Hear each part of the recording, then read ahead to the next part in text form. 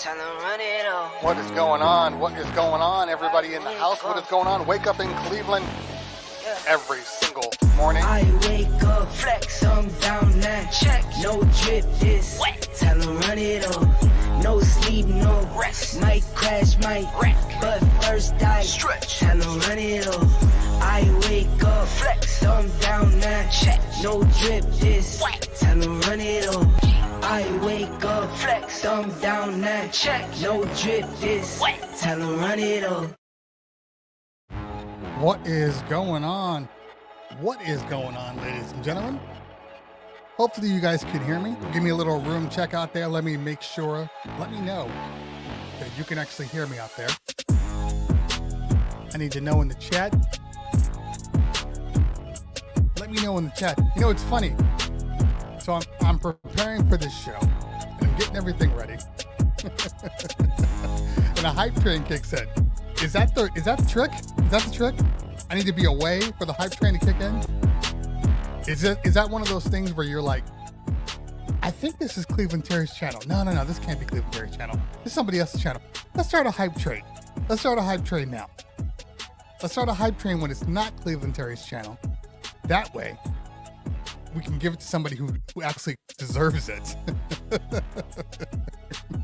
Because the moment Cleveland Terry comes on, you're like, I can't. But that's okay. It's all in good fun. Thank you so much. I appreciate you guys that started out this hype train, that kicked it into full gear. That was fantastic.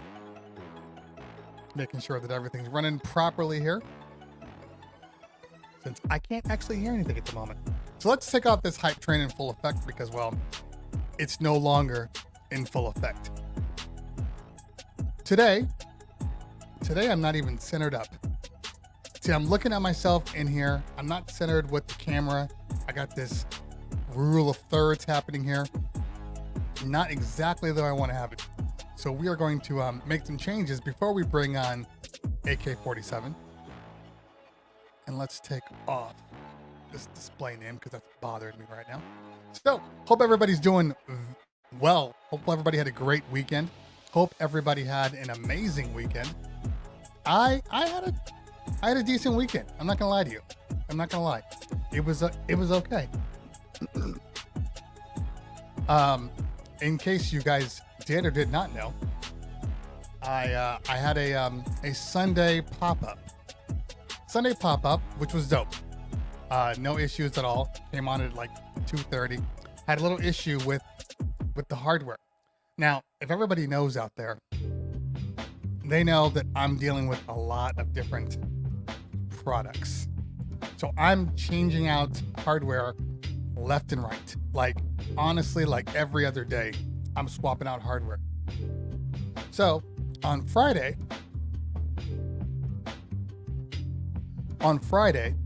I had Tweak Music Tips.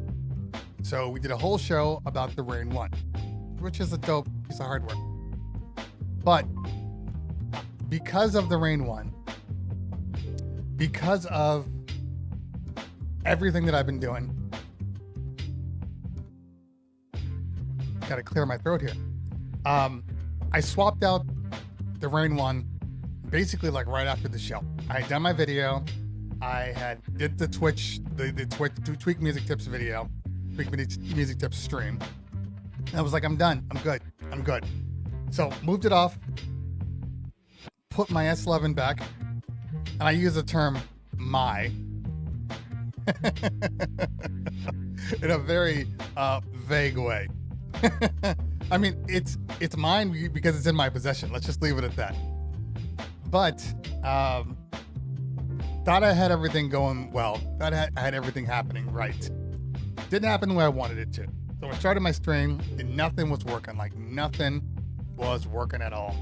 Went to try to go back to DVS, nothing working. Tried to go to my phase, nothing was working. Tried to go just straight records and play vinyl. Vinyl worked. I had to stick with vinyl for like 15 minutes until I got everything working. But the funny thing about it is that's the problem that we deal with DVS sometimes. Or even any hardware. I mean, you might turn it on, right? Get this flash coffee.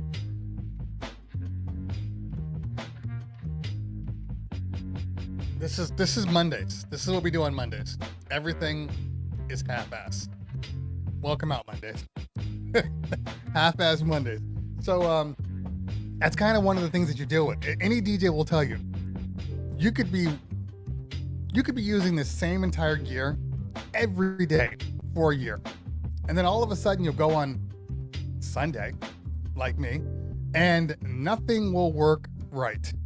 Nothing will work right whatsoever. And you haven't changed anything. You haven't unplugged anything. You've done nothing, but nothing works right. That's what I was dealing with yesterday. And it's what I deal with all the time. You know, people think just because I'm a tech influencer, tech journalist, does not mean that shit doesn't happen wrong with me. It happens all the time. I just am fortunately intelligent enough to get around it. That's it. That's the difference. That's the difference between you and me. Well, hold on. That came out wrong. I'm not saying that you are not intelligent. I'm not saying that. I'm just saying that I possess some intelligence that works for me. This is all coming out badly. I'm just going to stop saying what I'm saying here. We're all good people. You good enough, you smart enough, and people likes you. It's going to be one of those days today. So, back to my Sunday story. So, we get going. It's a modest group. I had just started like 2:30, 2:40. And then out of the blue, we get an Angie V raid. Now, for any of you that don't know who Angie V is, Angie V is she's like the queen of Twitch. She rules over DJs when it comes to just the amount of community she possesses. So when she starts up a stream, and I kid you not, this is no joke. When she starts up a stream, within minutes, there's 700 people on her stream. Within minutes. So she is used to an average of like 1,000 people on her streams every day. You know, she's so big that she has a number in mind for subscribers. Her monthly number, she's trying to hit every single month. This is no joke. Now, these are Twitch people understand. 5,000 subscribers a month. 5,000 subscribers a month. That's why I hate working with needles and DVS. 5,000 subscribers. I mean, just do the math real quick. Just do the math. If you're just iPhone people, that's like 30 grand right there. It's a minimum $25,000 gross. It's not counting what, obviously Twitch takes out of it, but that is a lot of money. That is a lot of money. I mean, for anybody that's like, Twitch is for suckers, doesn't know what she's doing. And that's, again, keep in mind, that's only subscriptions. That doesn't count bits. That doesn't count any direct tips that go straight to her. That's just subscriptions.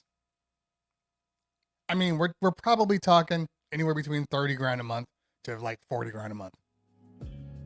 It's insane. It's absolutely insane. But I will tell you this, that woman's about her business. So she did a raid. It was like 900 people that hit my stream like that. And if you get a raid from Angie V, basically everything you think you know about communicating with the chat disappears. All gone. The rules change for you completely, because it goes from like, okay, like my chat's moving. It's moving decently, right? It's consistent. Her chat, you can't even get through in slow mode. That's how fast her chat moves with 1,000 people. It's legitimately like a wave crashing over your head. So, but here's the thing. So I want to talk to you a little bit about, before we bring on her, and I know we're like 1 minute past when I said I was going to. So I see her in the green room. She's just chilling, looking pretty. But we'll bring her on in just a second. What I want to talk to you guys about is pivoting. Pivoting is the key word here. So when her stream came in, and you have to understand the crowd you're playing to. Now, look, there's two different ways you can play this, okay? And we'll actually talk to AK in a minute about this. But there are two different ways you can play this. Now, if you get a huge raid, you can either say, "Hey, what's going on, everybody? Blah blah blah blah blah. This is what we're doing today. We're chilling. We're doing nothing but polka music for the next hour. Thank you guys for hanging out. Hope you guys are gonna have a good time." Right? You could do that. And you could play your polka music. And meanwhile, Angie V's 1,000 people are like, "Oh, that's where we're at? We're at polka music? All right, I'm out. Peace." And then they leave. Right? And you're like, "Hey, I'm keeping it real. I'm doing what I do." Or you could say, "Hey, you know what? A large crowd just came in. I know what type of people Angie V's people are. Lots of ladies. Lots of good vibes. She was just playing old school. So what do? I made the choice to start playing to them. Start playing to the people that came in. I shifted into complete, just ladies hits, for the ladies, as Mad Skills would say, for the women, FTW. And I started playing for them, and it worked out because nobody's ever gonna hold all the people from a raid. Okay, that's in any raid. If I raid somebody with 100 people, chances are, by the time 5 to 10 minutes pass, you probably have, 50, 40 people left, because it's just the law of people. They go on a raid. They might have been on my stream for the past, well, if it's a Wake Up in Cleveland show, they might have been on my stream for 3 hours. And then they're like, "Okay, I'm getting shifted to this other person. I like them, but I got shit to do. I gotta go outside. I gotta go to the store. I gotta do all these things." So you can't assume that when you get raided, people are gonna want to stick around. Now, your job is to try to keep them for as long as possible. That's it. So if we were all working a nightclub right now, and it's hip hop Tuesday, whatever, and somebody walks up and says, "Hey, by the way, I just want to let you know, there is 17 party buses on their way to this club right now. I know this is Hip Hop Tuesday, but there's 17 party buses, and they all are Hispanic ladies that love Latin music." You mean to tell me you're just gonna stick with hip hop music when you have a packed room of people that just want to hear Latin music? Now, I'm not telling you what you need to do. I'm not telling you have to change it up. You could keep your little ego and be like, "Nope, this is what I do. This is what it is. You are coming to me. This is what you came to me." But here's the reality. They didn't come to you. They didn't come to see you. They were sent to you. And it's your job to make sure that you provide them with some quality. Sorry, sometimes woo-ha, got you all in check doesn't work. And you might have to go to something else. So that's what I'm saying. Be smart about it. And I think the longer you can keep a raid staying in there, the better you are as a DJ. If you needed a litmus test for how you work on the fly and how you keep people in a room, not just going off of, "Here's my playlist. I start with song 1 and I end at song 35. That's not DJing. All right? DJing is reading a crowd. And reading a crowd when there's nobody there is even more difficult, because all I see, no lie, are names and butterflies. That's what you see in an Angie V raid. Names and butterflies. Interpret that. I'm just saying. By the way, we got Carrie ATC in the house. What's going on, girl? That's Angie V's right-hand girl. She makes it happen. Make sure you follow Carrie. She hasn't done anything yet on here, but I'm sure when she does, she's gonna have like 500 people in her stream. That's just facts. So make sure you follow her. Let's do a little room check. I know I'm late with AK47. I know it's on me. I see her in there. I think she's doing her taxes right now in the green room. I'm not really sure, but she's in there, she's waiting, and I appreciate her for being patient with me. You guys okay? You guys okay in the chat, by the way? You guys okay? I don't want to assume that you're not. I am seeing some AK47 fans here. So I want to make sure you're like, nobody came here to listen to you. Like, put AK on. Just making sure. So, anyway, let's do a little room check real quick before we transition into the next phase here. I got to go up. We got lots of people in here. Lots of people. This is a testament, by the way. This is definitely a testament to where AK47 is as a DJ, as a person, because you guys are coming in hot. Coming in hot. Like a fajita. Okay, let's see who's in the room here. I saw Lady Beats moderator extraordinaire. By the way, Lady Beats, that's my girl. That's my girl. Before I even turned on my stream, I saw in the comments, she was already on YouTube, like, hey, YouTube, get over there to Twitch. Before I even started. Now, I know I'm breaking the rules. I'm breaking the rules on dual streaming here, but until somebody makes me partner, damn it, I'm gonna break the rules. Rules will be broken on my stream. Great Wonder, what's going on, fam? Good to see you. Yeah, Kid Cutup's my guy. Thank you guys for hanging out. I appreciate you. All right, Piff Spears, did I pronounce that right? Piff Spears in the house. Jessica, Mariah? I hope I'm saying that right. Mr. Go DJ T Diesel, that's one of the mods there. Thank you so much.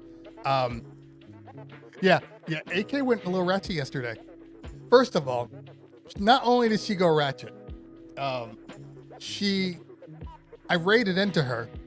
It's just wrong context. I mean, if you were just to soundbite what I'm saying, everything just sounds wrong. So I raided in, and I think I raided into like an advertisement. I think she was selling like, I don't know, Gold Bond or something. It was something, whatever was on the screen, it wasn't her. Let's just put it that way.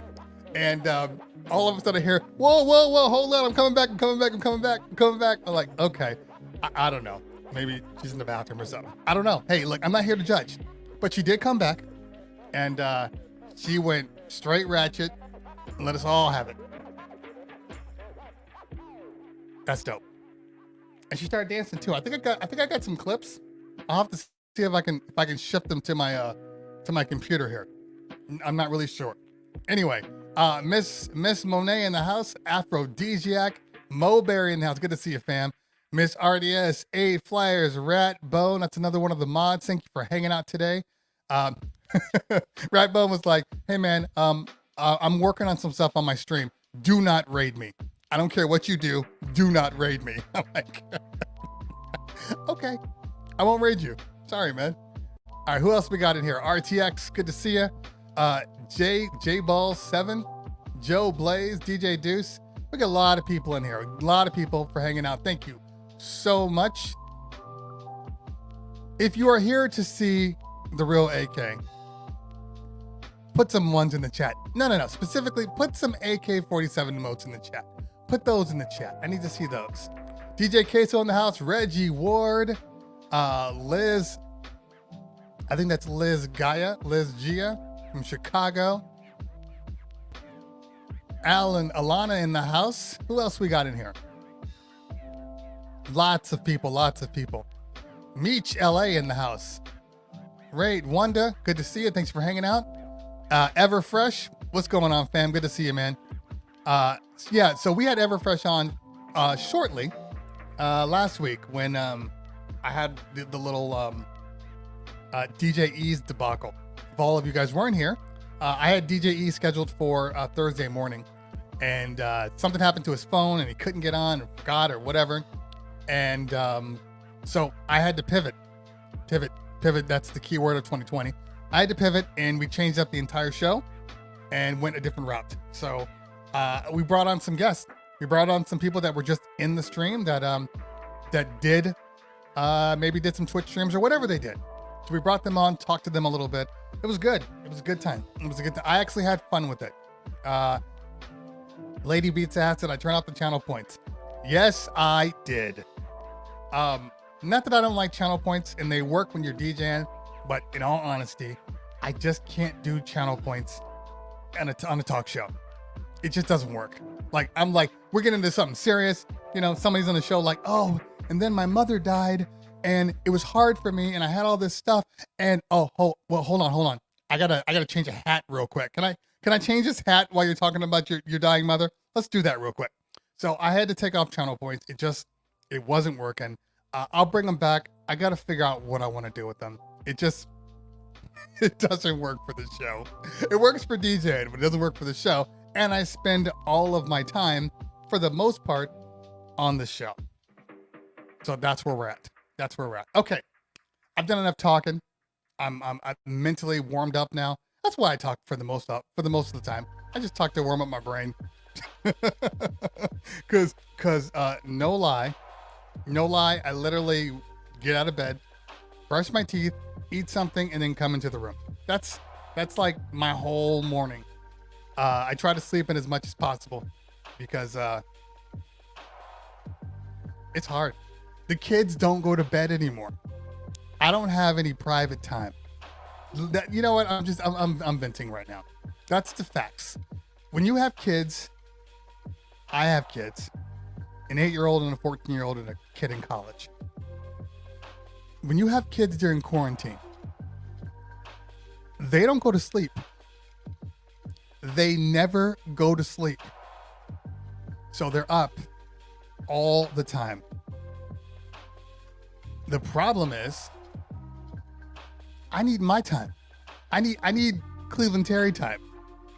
So when that happens, I have to wait until they go to bed before I can have my time. I can watch my shows. I can do what I want to do. So I end up staying up till, 1, 2 in the morning. And then I go to sleep, but I need my time. So anyway, that's what it is. All right, guys. WBSD TV in the house. What is going on? WBSD TV. That's a hell of a name. I feel like you one of them shows in deep in Chicago. WBS TV. All right, enough of me.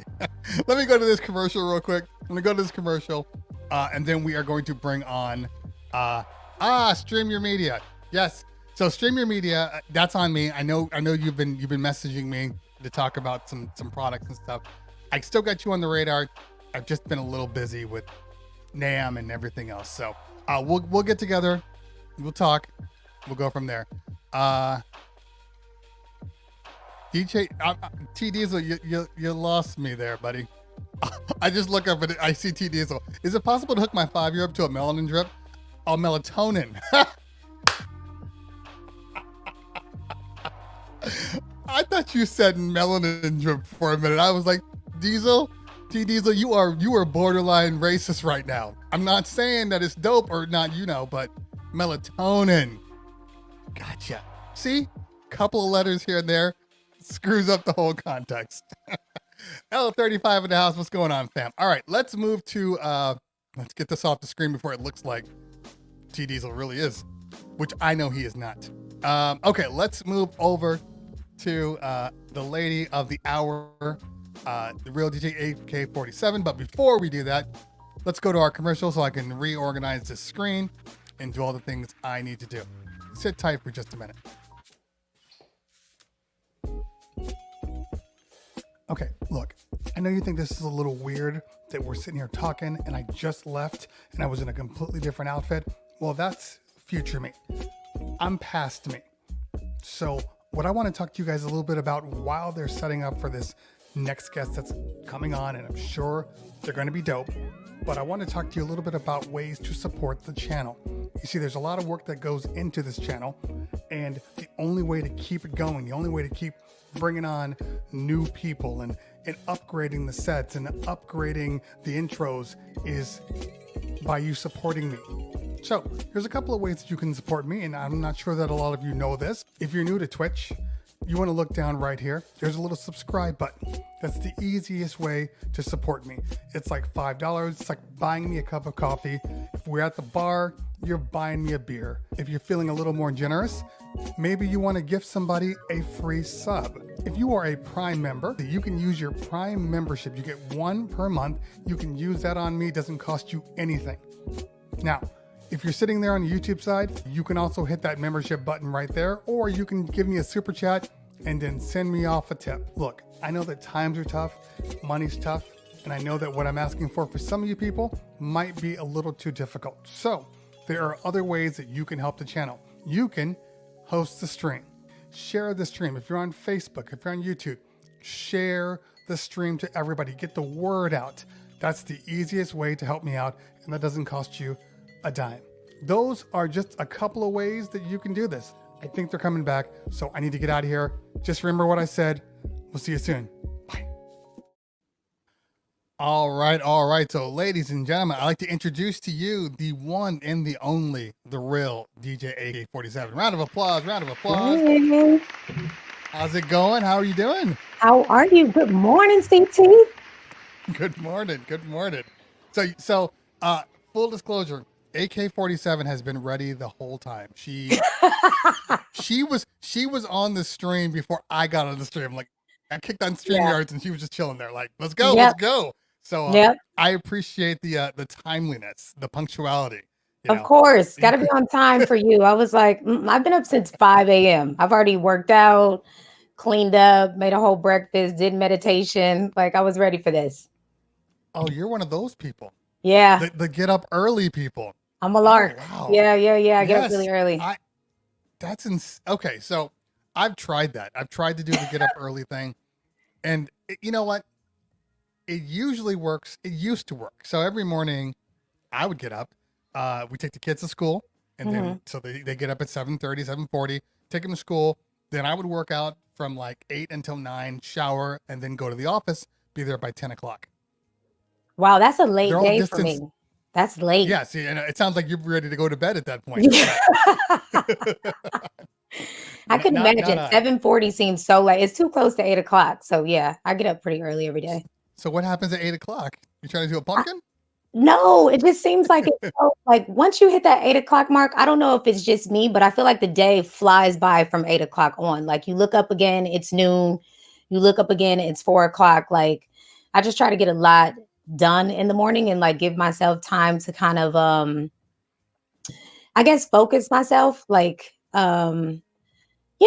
a lot. It's a lot of things that need to be accomplished, and you have to like stay dedicated to things and stay organized. And it's a lot. You got to give yourself rest and do this and do that. So in the mornings, I just like to give myself a moment to center, to kind of like recalibrate, to think about what I want to accomplish, what I'm grateful for. I just need that time. So if I get up earlier, then I have time to do that for myself. And then I can go into my day with a little bit more tenacity, a little bit more purpose. Cause I'm a Leo. We like to just hang out, chill, relax. And so it takes me a little bit of a plan to get me on the path to get some stuff done. So I just try to set myself up to win. Otherwise, I'd just be chilling, eating snacks, fake doing yoga, whatever, wasting time. Right. So are you telling me then that you have a plan every day, like as far as what you're going to accomplish that day?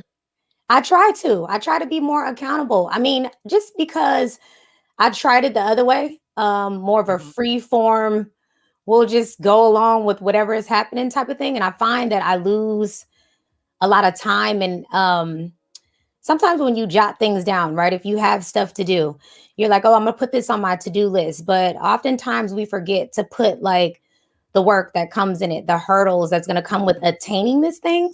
So I just Hmm. try to think kind of things through a couple of steps to know, like, all right, if you want to work on merch per se, these are the things that you got to get the trademark, and you have to do this, and you're going to have to do this. So I like to Right. kind of map that stuff out and just try to make sure that I'm at least doing a little something for each thing that Yes. I have to do, with kind of like a definite little marker to hold myself accountable, because otherwise, just me without any structure, I'm not getting that much done. And I notice the difference. So I Okay. just try to move from that space. I mean, I'm human, not every day I knock it out of the park, but if I Right. have somewhere to start, then it usually works better for me, because I can be very much, oh, what is that piece of paper that just flew by the window?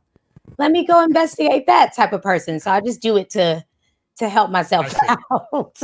I see. Yeah, everybody operates differently, so it's always interesting to Yes. me to figure out or to see what other people do. Yeah. I'm a little like you, except for I'm more cerebral. So Okay. everything is just in my head. Like I have to do this, I got to do this. These are my things I've already planned out. But how do you Normally for me, remember it all? it's just that's my brain. Okay. It's my this is where my brain. If you ask anybody that like knows me, like really knows me, it's the same way I DJ. Like I don't really have playlists. Like I play what's in my brain. Like a song. Mhm, Like I play a song. 15 mhm. song, not 15. That's probably extreme. But like four songs will pop in, telling me which way I want to go, and then Mhm. I'll go that route. But because yeah, I'm just in my head all day long, which is probably the worst thing because I'm in my head all day long, but like it forces me to kind of keeps me honest. And I already Yeah. know the things I need to do. So I only focus on I'm a details guy. So I need to get big picture into details, and that's just the way I work. Everybody's different. Like my partner, he's a big picture guy, Okay. which is fine, but the details are what gets you what Yes. is what gets that big picture Yeah. accomplished. Agreed. You know what I mean? So Yeah. I'm the details guy. So that's so my brain is always detailed. Now, don't get me wrong. I keep like I have a vision board. I keep outlines. I keep all those things to kind of figure out what I want to do. But Mhm. I mean, literally all day long, I'm just thinking about things to do. And I do Wow. have a phone. I do have a phone. I do have a task manager that I'll put things in, just to kind of keep me honest. But yeah, I'm not like you. Well, I gotta You write it all that's down. That's how I am. Like, yeah. I can't remember it. Hmm. I mean, a lot of times people, I will have a conversation with somebody, well, yeah, I'm gonna give you a call at this time. And if I don't write it down in that moment, I'll lose it. So I guess Okay. we're kind of the same. It's just that you're able to retain the information in your mind, and I will just forget. So all Well, of the that's systems, different. yeah. Those I have down. Like I used it used to infuriate my wife because I have a line. If it's not on the calendar, it's not happening. Yeah. Because I had so many events and the kids have so much stuff going on. It's like, put it on a calendar. Here's your calendar. I just need you to put it on here. If I see it on there, we're good to go. I'll never Hmm. complain about anything as long as it's on there or if I need to make changes. But like, she'll be like, oh, we have to do this. It's not on the calendar, but we have to, not on the calendar. Yeah. So I'm not going, you know. That's a Capricorn in me. I'm stubborn. But yeah, that's the way I work. If it's on the calendar, I'm good. I'm good. Yeah. I gotta write it down, So hands down. okay, fair enough. See, this is one of those things I have to deal with anytime I get somebody on. I never know what background or what colors they're going to use. So the original overlay had AK47 in black, like your actual font, your Okay. logo. And so I put it in. I was like, you can't see anything. So I had to switch it while you were talking. Oh, thank you. I need. You're very welcome. See, I need my own assistant that can handle all this stuff. Oh my God, you But totally. I don't even know how you manage all of your stuff without one. it's all smoke and mirrors. It's all Okay. smoke and mirrors. I think. Now, you know, I try to use technology to my advantage. So I have a workflow that works for me. It may not work for everybody, even Mhm, people that are trying to be on the show. Like they'll be like, okay, so we're gonna do a chat. We're gonna do this. We have this. We have that. I have this. I sent you this. Why haven't you looked at it yet? I'm like, because your event is not here yet. Like I'm not looking mhm, at yours until like Tuesday. You know, like mhm. for instance, yours. Like I worked on yours on Saturday because it goes out the day before. But neither here nor there. Everybody has their process and it works. Let's talk a little bit about you specifically. So, you are a Detroit native? Is that where you Yeah. were born? Yeah. I'm originally Okay. from Detroit, Michigan, but I live in Los Angeles. So not from LA, but I've kind of been here about a million 5 years. So I mean, people are like, oh, at this point you're an LA native. I'm like, no, I wasn't born here. So no, but I've lived here for a long time. So at this point, it's a hardly home, but always repping thing for me. Like I don't go back home that much. Mhm. Like after my parents passed and my grandparents passed, like I just don't get home as much. But I see. I love Detroit. You know, Detroit people are very colorful, to say the least. Okay, fair enough. Fair enough. So I guess when did you move to California? Like how The old first were time you? I moved to California, I was The like in first time. elementary school, but then Okay. I moved back like within a few months of being here because it's just such a big difference in cost of living from the Midwest to Los Angeles. Yes. I don't think my mom really understood, you know, so she really couldn't be dragging me around trying to figure it out. So I went back to Right. Detroit to stay with my aunt until my mom got back on her feet. And then I came back. And then I was kind of, just a child that was always testing the waters and, going against the grain. So she sent me back to Detroit. Like I You totally, were being a badass kid. I was a Let's just badass. call it what it is. I was bad. I was definitely a bad child. So I got Hmm. sent back and so I finished high school there. And I thought that I was just gonna stay there. You know, I was like, I'm fine staying here. Because I had kind of gotten my footing there and, Hmm. made more friends and kind of got settled. My whole Relationships entire and everything. family is there. So Right. it was just Hmm. my mom and I here and my aunt at the time. And so I was like, I'm probably not going to go back. And then a couple of years after I graduated, my mom called and was like, you don't miss California because she missed me. And Hmm. so I came back and I've literally been here ever since. Like I've never lived anywhere else, just those two places. Oh wow. Okay. Mhm. Well, and that's like night and day difference when Oh you're my dealing god. with moving from place to place. Like it's got to be almost like Yes. so. I grew up in LA or in California. So I grew up basically. Where are you by the way in LA? Like what part? I am in South Central, so maybe a couple of Oh, minutes okay. from Inglewood. So yeah. Yeah, yeah, yeah. Okay. So you just decided to just like if I'm gonna go to LA, I'm gonna go where it's real. I'm going to South Well, Central. here's Like I'm the not even. thing, Cleveland. When you're trying to buy a home, you go where you can afford to buy a Yes, I get home. that. Hmm. So that answers that, and on my street to be, to not just my street, once you turn on to my street, Yes, it's all homeowners. We all of know each course. other. It's nice and quiet. Now, if you Yeah, go down to the next light and make a left, I mean, it can get a tad sketchy. As soon as you yeah. see the chicken place, then okay, we might not. Okay. The golden bird. Once you see the golden bird, The that's an Golden indicator. Bird. Yeah, yeah. No, So actually, um, a couple of the like Compton was like before I started doing any of the DJ company stuff. Like I was a consultant for a revenue enhancement firm. Okay. So yes, so basically, Compton was one of my clients I called on. So I had to go to City Hall. I had to go there and handle all my meetings. And I'm gonna be honest with you, there were a couple of locations because GPS will take you wherever it wants to take you. Yeah. And here's a shortcut, like not knowing that where this isn't the shortcut you want to take if Hmm. you know the area. So I remember a couple of times, and I'm driving like uh, I wouldn't call it a super expensive car. It's an Infinity, but it was expensive enough for me to recognize like I have to like be just aware Yeah. of what I'm doing, of where I am. And I'm a black man. And even then I'm like, so I, but it's just like any other place. Yeah.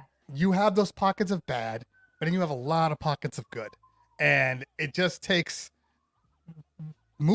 walking Mhm. past the bad to go, hey, look, there's, there's 16 blocks of like homeowners who do nothing but love their area and try to keep it beautiful and, Yeah. try to take care of it. So, Yeah. I get that. I get that. But, And quite I honestly, remember. I just Mhm, my whole view of when I was younger, I aspired to live in a good neighborhood. When I was younger, I lived in West mhm, LA and Santa Monica and I went to private school and did all of these things. Yes, I want to make sure that I live on this side of town and blah blah blah. But as I get older, I want to be around people that look like me. I want to yep. rebuild the areas that we are in. Mhm, I would much rather invest in that and versus packing up and going somewhere where quite frankly they probably don't really want me as a neighbor. okay. And that's what I'm more comfortable with. So all of that stuff, I don't even really care about that anymore at this age. Mhm, It's just like a whole different interpretation. I just care more about quality of life. You know what I mean? Having people that are going to tell me your car is about to get a ticket. You know what I mean? I right. feel comfortable. I don't subscribe to the fact that the quote unquote ghetto is bad. You know what I mean? It's so many Not at all. dynamic, Yes. amazing, smart people that come from said ghetto, me being one of them. So Mhm, it's just like a full circle type of thing. Sometimes when you're younger, you just don't get it. You're like, oh, I mhm, want to be in West LA or Malibu. It's like, I don't want to be in any of those places, quite frankly. I want to be somewhere where there's a lot of different types of people, not just being yep. isolated in one bubble. You spend your life working in a bunch of spaces that is a lot of that, And when I'm in my free Mhm, time, when I'm at home, I want to be at peace. You know what I'm saying? And peace for me at this age is not necessarily moving up and out. It's building out from where I am. perfect. Perfectly said. And that's real talk right there. And I agree with you 100%. I Mhm. my parents were a little different. My father's from Memphis, Tennessee. My mom's Okay. from the South, so they both migrated here. And what Dad was area a did bus you grow up driver. in LA? I grew up. Well, I was born in Culver City. Okay. I grew up in Ladera Heights up until like I don't know 5 or 6. Then we moved to San Fernando Valley. Okay. So San Fernando Valley is where we stayed until we moved. We actually moved to Simi Valley when I was like 9 years old, and How was that for you? so that was different. Yeah. Um, no, in all honesty. So Yeah. and well, I guess we'll talk about that in a minute. But when I moved to Simi Valley, I was literally one of like 3 black people Oh in my Simi Valley. God. Like I remember it was me, it was Teresa Whitaker, and this guy Alan, and we were the only black people, and then my family. We were the only black people in Simi Valley. So that took a minute to get used to Mm. be honest with you. But my parents, um, see, and it's always a difference. There's a difference of do you have kids, by the way? No children, dogs, Okay. dog babies. Okay. Yeah. Yes. So I do believe that I think children change things for people. Mm. And while I agree with you with trying to build up and improve the neighborhood you're in to try to make it a better place, I also see the other side of like parents that are like, I want to make sure that my children are protected. I want to make sure that they're going to be safe. They're going to get the education that they need. Like Mhm. all of these little things. So my parents were like, we're moving out. We're moving into a place with a better school system, Yeah. and go from there. And then they will learn to live and to grow up with these people and you know and have a productive society or productive life and it is true. I there were a lot more opportunities afforded to me um being in this area, even though I did have to deal with um racism and ignorance and just uneducated people who just didn't have access to black people. Mhm. So I'm new. It's a whole new thing. So we had to deal with that. um I had to deal with that, but you grow. It makes you thicker skin, and you learn what to look out for and to be, and then you move on from there. I mean, well, to But your I parents' credit, they're from a generation that not a lot of risk taking there. It's Mm-hmm. like we're going to stick to the plan. You get a good job, you go to school, the journey is to build up, you know what I'm saying, and Yes. move out. And Mm-hmm. that's not a incorrect mindset to have. And I don't have any children, so I don't know what I would think if I was a mom or if I were to become a mom, but I just know Mm-hmm. that, right now, you could live in Beverly Hills and not be safe. That doesn't, 100%. where you Agree. live doesn't stop people from coming in the neighborhood and breaking the law per se. If you're So, going to break the law, you're going to break the law no matter where you are. No, right. you're right. And so it's just, at the end of the day, not all of us are afforded the same things. And some of us have to be the ones that are like, all right, well, I'm going to stick it out to make it better for other people. And I'm just willing to do that. Now, I don't know what Yeah. that would mean for me if I was a parent or how it would feel, but I try not to. I've really been through a lot of my life where I feel misunderstood and people are kind of making judgments about me based on what they see or they think they know. So I just try not to do that in my real life. And so I try to take that ideology outside of, my little DJ bubble and really think about that across the board. Like at the end of the day, you do need Black vegans that eat organic in the hood, living next to you, gardening, and we need that. We need all of the people, to be Pause. represented Pause. in. Pause. I'm sorry. Can you tell me a little bit about your food life real quick? Is this you we're talking Yeah, about? yeah. I'm plant-based, vegan, so I don't eat any meat, any dairy. I eat all organic, non-GMO when I'm buying food for myself. So it's definitely it would be considered a non-traditional diet to everyone that knows me, that's related to me. My Yes. family tends to think that I'm a little weird, so they just dismiss it like, oh, that's just Asia being herself. She's a little weird. You know what I mean? It's just, Mm-hmm. it's a funny dynamic. Like if I ever go home and they're having like a barbecue or anything, it's like hilarious because they're like, just eat some sides. We have mac and cheese, there's greens. I'm like, there's a pig foot in the greens, and mac and cheese is dairy. They're like, oh, you can't eat cheese? That is so stupid. But Yeah. I'm yeah, like, they must look at you like you're an alien. super duper. And it's so funny because I heard you talking about like kind of like your trials and tribulations with people saying, oh, Cleveland, you sound white or you talk white. Yeah. So the irony of that is a lot of times, for jobs, I'm a little too hood for the job. The Mm-hmm. packaging, they're like, I don't know, not her. My family, they don't think I'm hood at all. They're like, I don't know what happened to that one.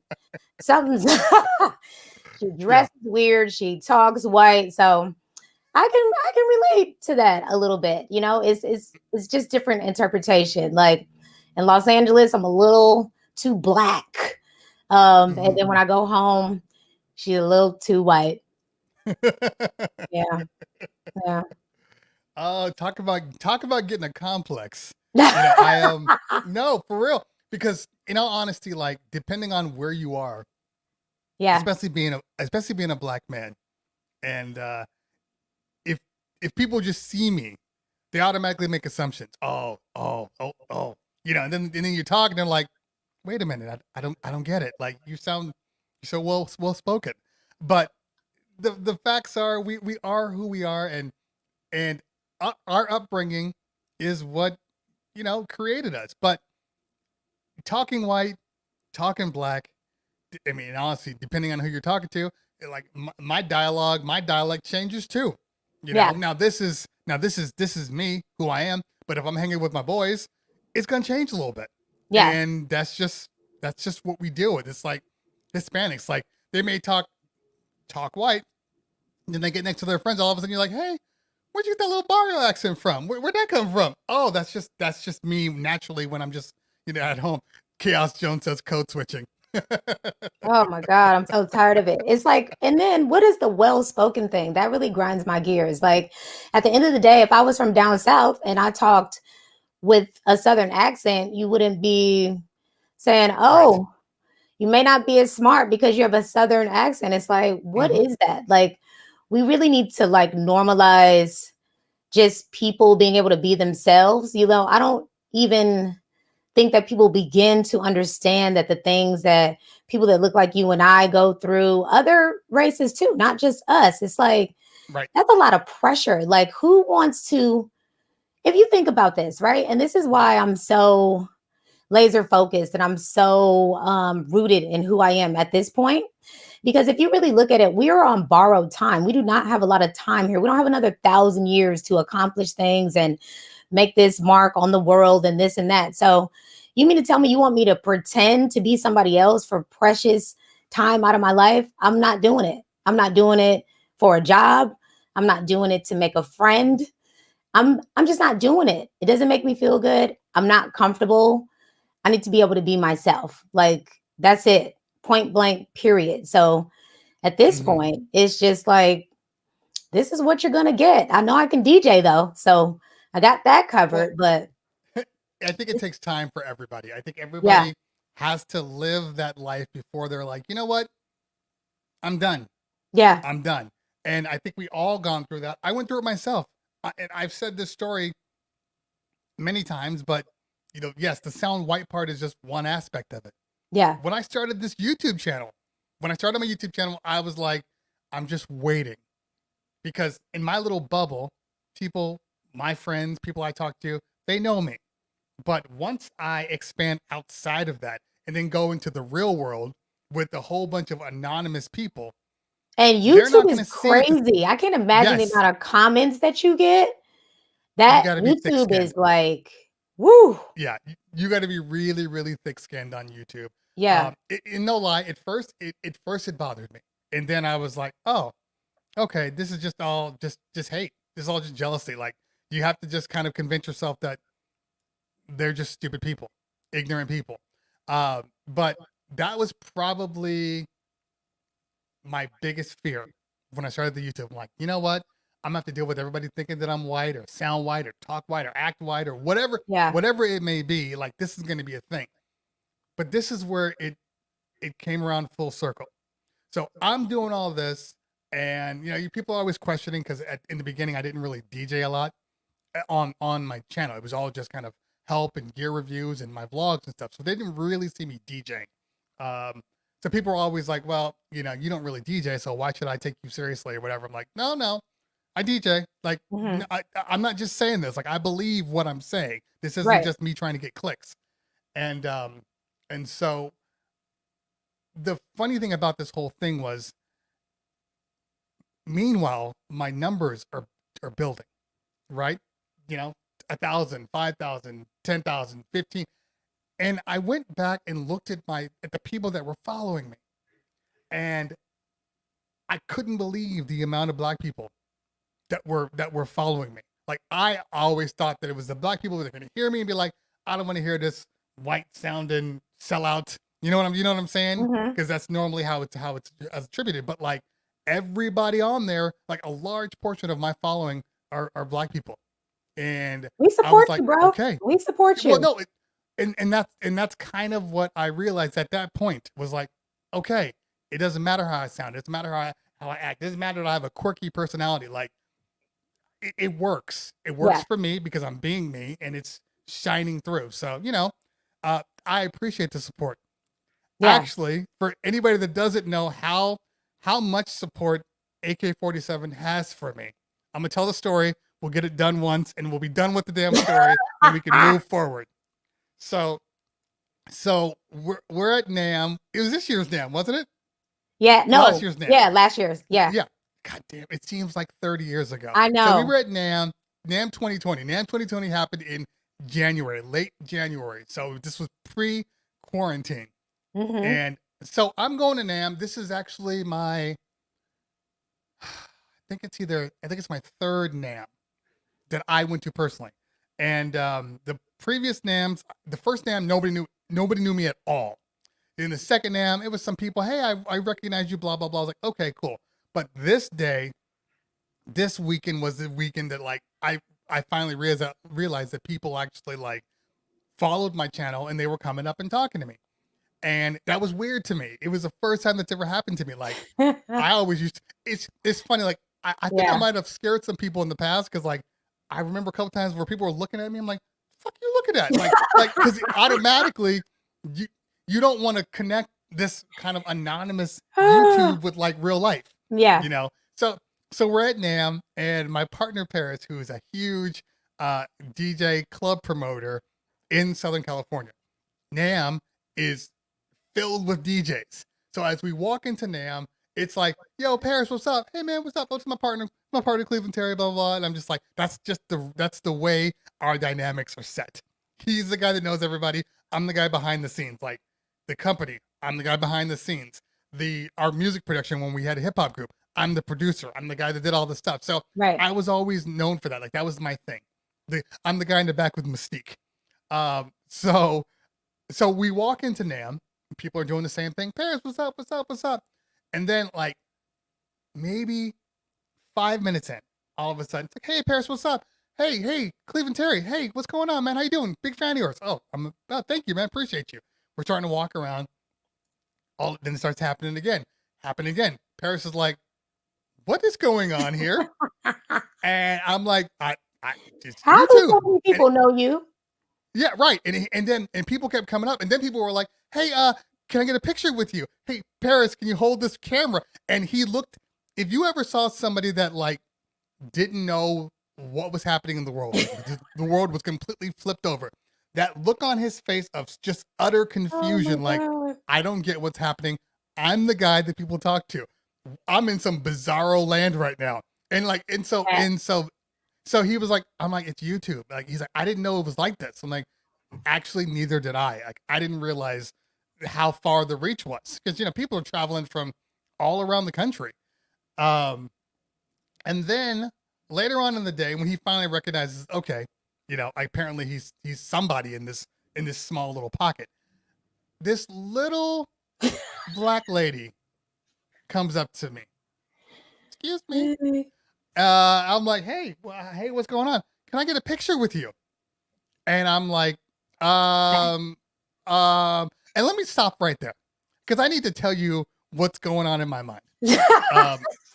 Because I think because every time I tell this story, people are like, "Damn, Oh dog, my what's wrong with God. you? Like, why you that dude?" I'm like, "No, that's not what is happening." Like in my mind, like I'm like, I've been married for a long time. I've been married for like I've been with my wife for 20 years, married for 15. Wow, So congratulations. thank you. So I'm not the guy anymore that is even aware of anything else that's happening. So when Right. you popped up, and I'm like, "Oh, there's a little pretty black lady trying to talk to me right now." Like, and I knew you wanted a picture, but I was like, "Do I take a picture? Is this going to be weird? Is this going to translate weird on IG when my wife sees it?" Like all Oh, these got it. little things were going through my head all at one time. And then I was like, Okay. yeah, let's take a picture. But it felt uncomfortable because literally like dudes would be like, "Hey, can I take a picture with you, dog?" You But definitely first looked off, uncomfortable. I was uncomfortable. First off, not a lot of girls because there are girl DJs, but like, at NAM it's a lot of dudes Yeah. at NAM. Yeah. So the whole concept just threw me for a minute, and so but the funny thing about it is, so I know you applied for Check 1 2 a couple times, whatever. Which has nothing to do with me. That's a Paris thing, by the way. So that's all on Paris, not on Okay. me. Your fault, Um, Paris. so um, so after I met you and you took the picture, although I never saw the picture, I never saw it. Yeah, I didn't post Even it. if you put, she didn't Yeah, post it. Why I didn't you ended up post not it? even posting it. I just wanted a picture with you. You looked a little weirded out. So I was like, I don't know if I should post it. And quite honestly, I've never Why are even took his a eyes so picture. big?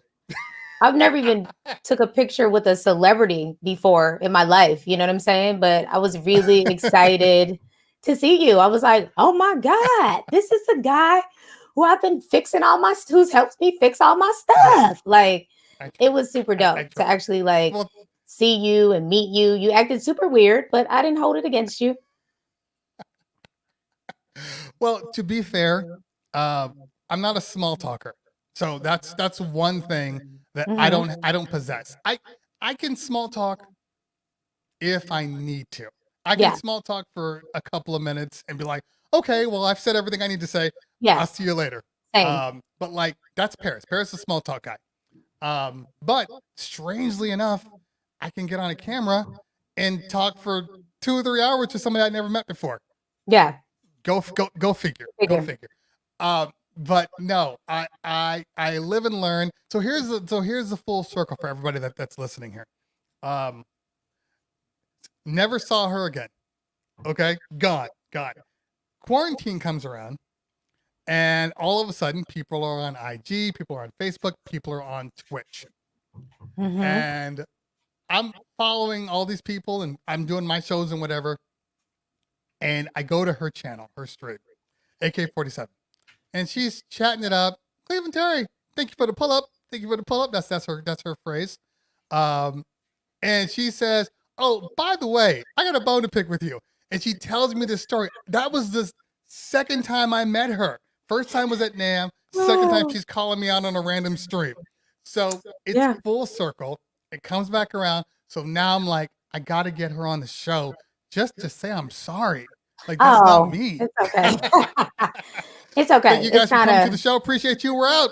No, it's not a problem at all. You know what? Actually, it was the whole journey of me meeting you in the picture and everything. It was it was good for me because I feel like oftentimes, and I have been guilty of this, right? We'll meet someone and it didn't go the way that we wanted to go. Oh, this person's a jerk. They were being short. This person has an attitude. They're mean. So then we write them off, right? So I could have walked away from that situation and unfollowed and this and that. But I was like, it's not that deep. You know what I'm saying? The guy still gives good information. Whether or not he seemed happy to take the picture or not, I'm not going to get hung up on that. I'm still going to support. I'm still going to watch the videos.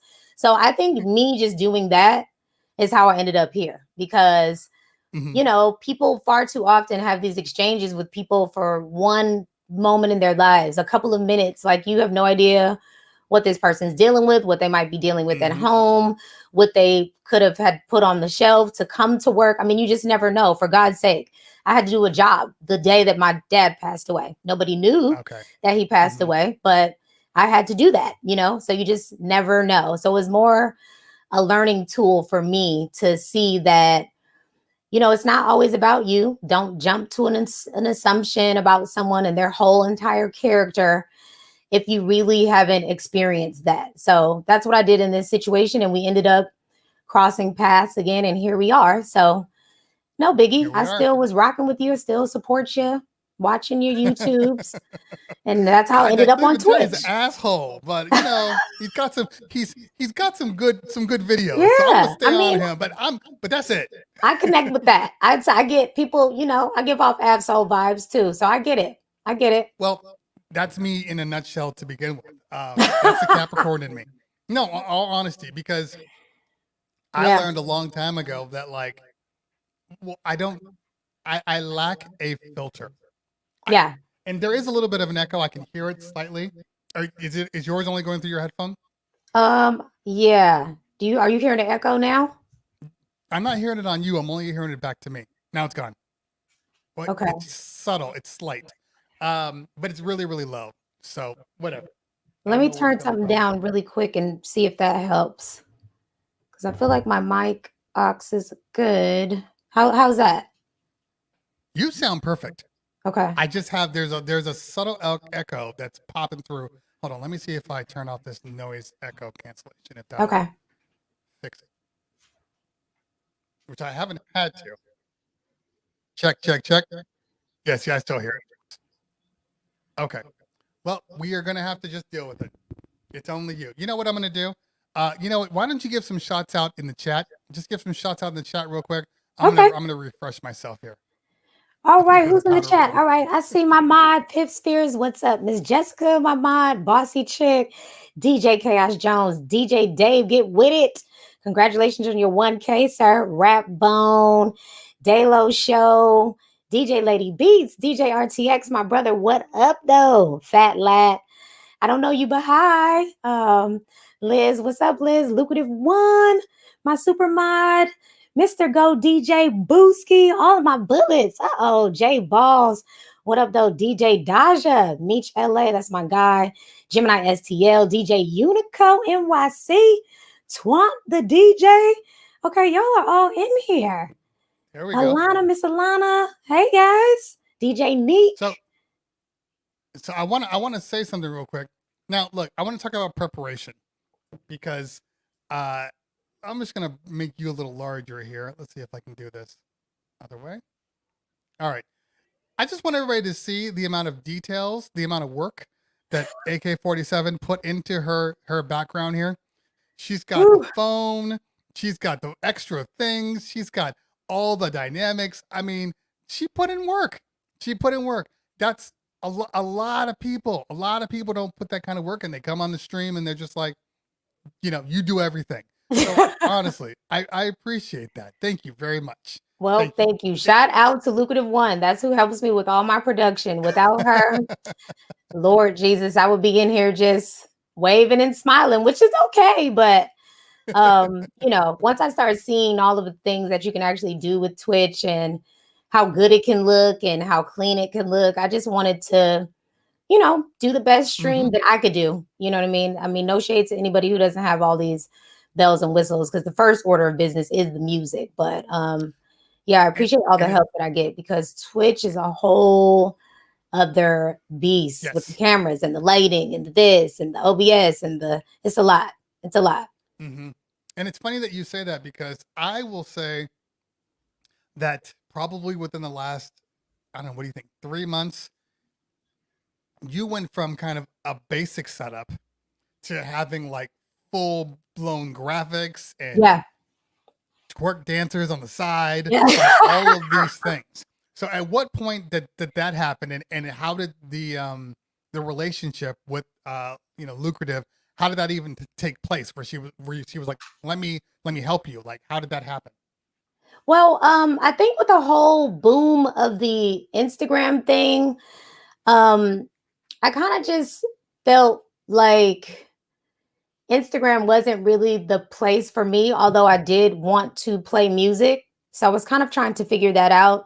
I had a couple of partnerships on Instagram with a couple of companies doing some stuff like once a week. So I wasn't really streaming a whole bunch, you know what I'm saying? But it was like the video quality and sometimes the sound quality, it just wasn't like amazing. So I'm like, I don't want to be streaming and have all of this stuff going on and getting cut off. I mean, you're a DJ. It's like to have the stream cut off and you got to start the stream. Oh, it's like you get into a flow. You know what I'm saying? There's a sweet spot that once you're DJing, you kind of just get into this zone almost where you're like in a certain pocket and now you're like in the flow.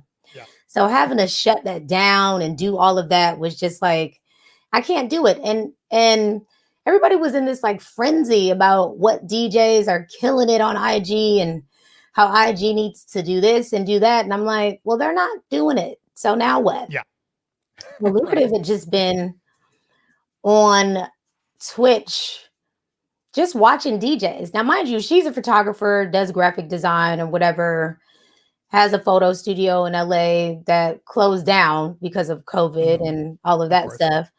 So she texted me and she was like, you should get on Twitch. And I'm like, boo, what she's not going to do is download yet another app onto this phone. It's not going to happen.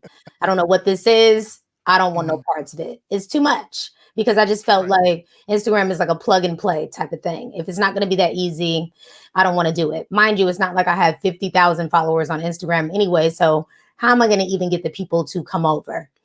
She's like, well, I think that you would be good here. So maybe just think about it, get an account, kind of take a look at what's going on there and see if you might like it. In the meantime, Miche Sound hit me up to do a guest stream on their page. That first stream, there was not an overlay in sight. It was nothing going on, no real lighting. I was just there playing an hour worth of edits, and it was so fun. Like, it was probably like 13 people in the room. We had a good time. So from there, I just decided, I think it was like around the time Brandy and Monica was doing their verses. So I did a stream that was kind of a play off of that.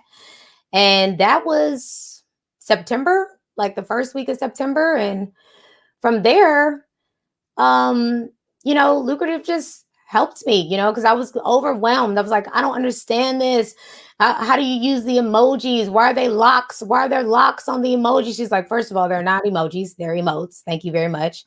And she was like, you'll get it. You know what I'm saying? Just Mhm. you will get it. I'm gonna help you. I'm gonna do an overlay for you. I'm like, what is that? Like looking even at the interface on it, I was just like freaked out. So the first few times was rough. Like I didn't know what was going on, but she just kept helping me. And just from doing the stream and looking back at the stream, you just come up with different ideas to see other Mhm. people doing streams.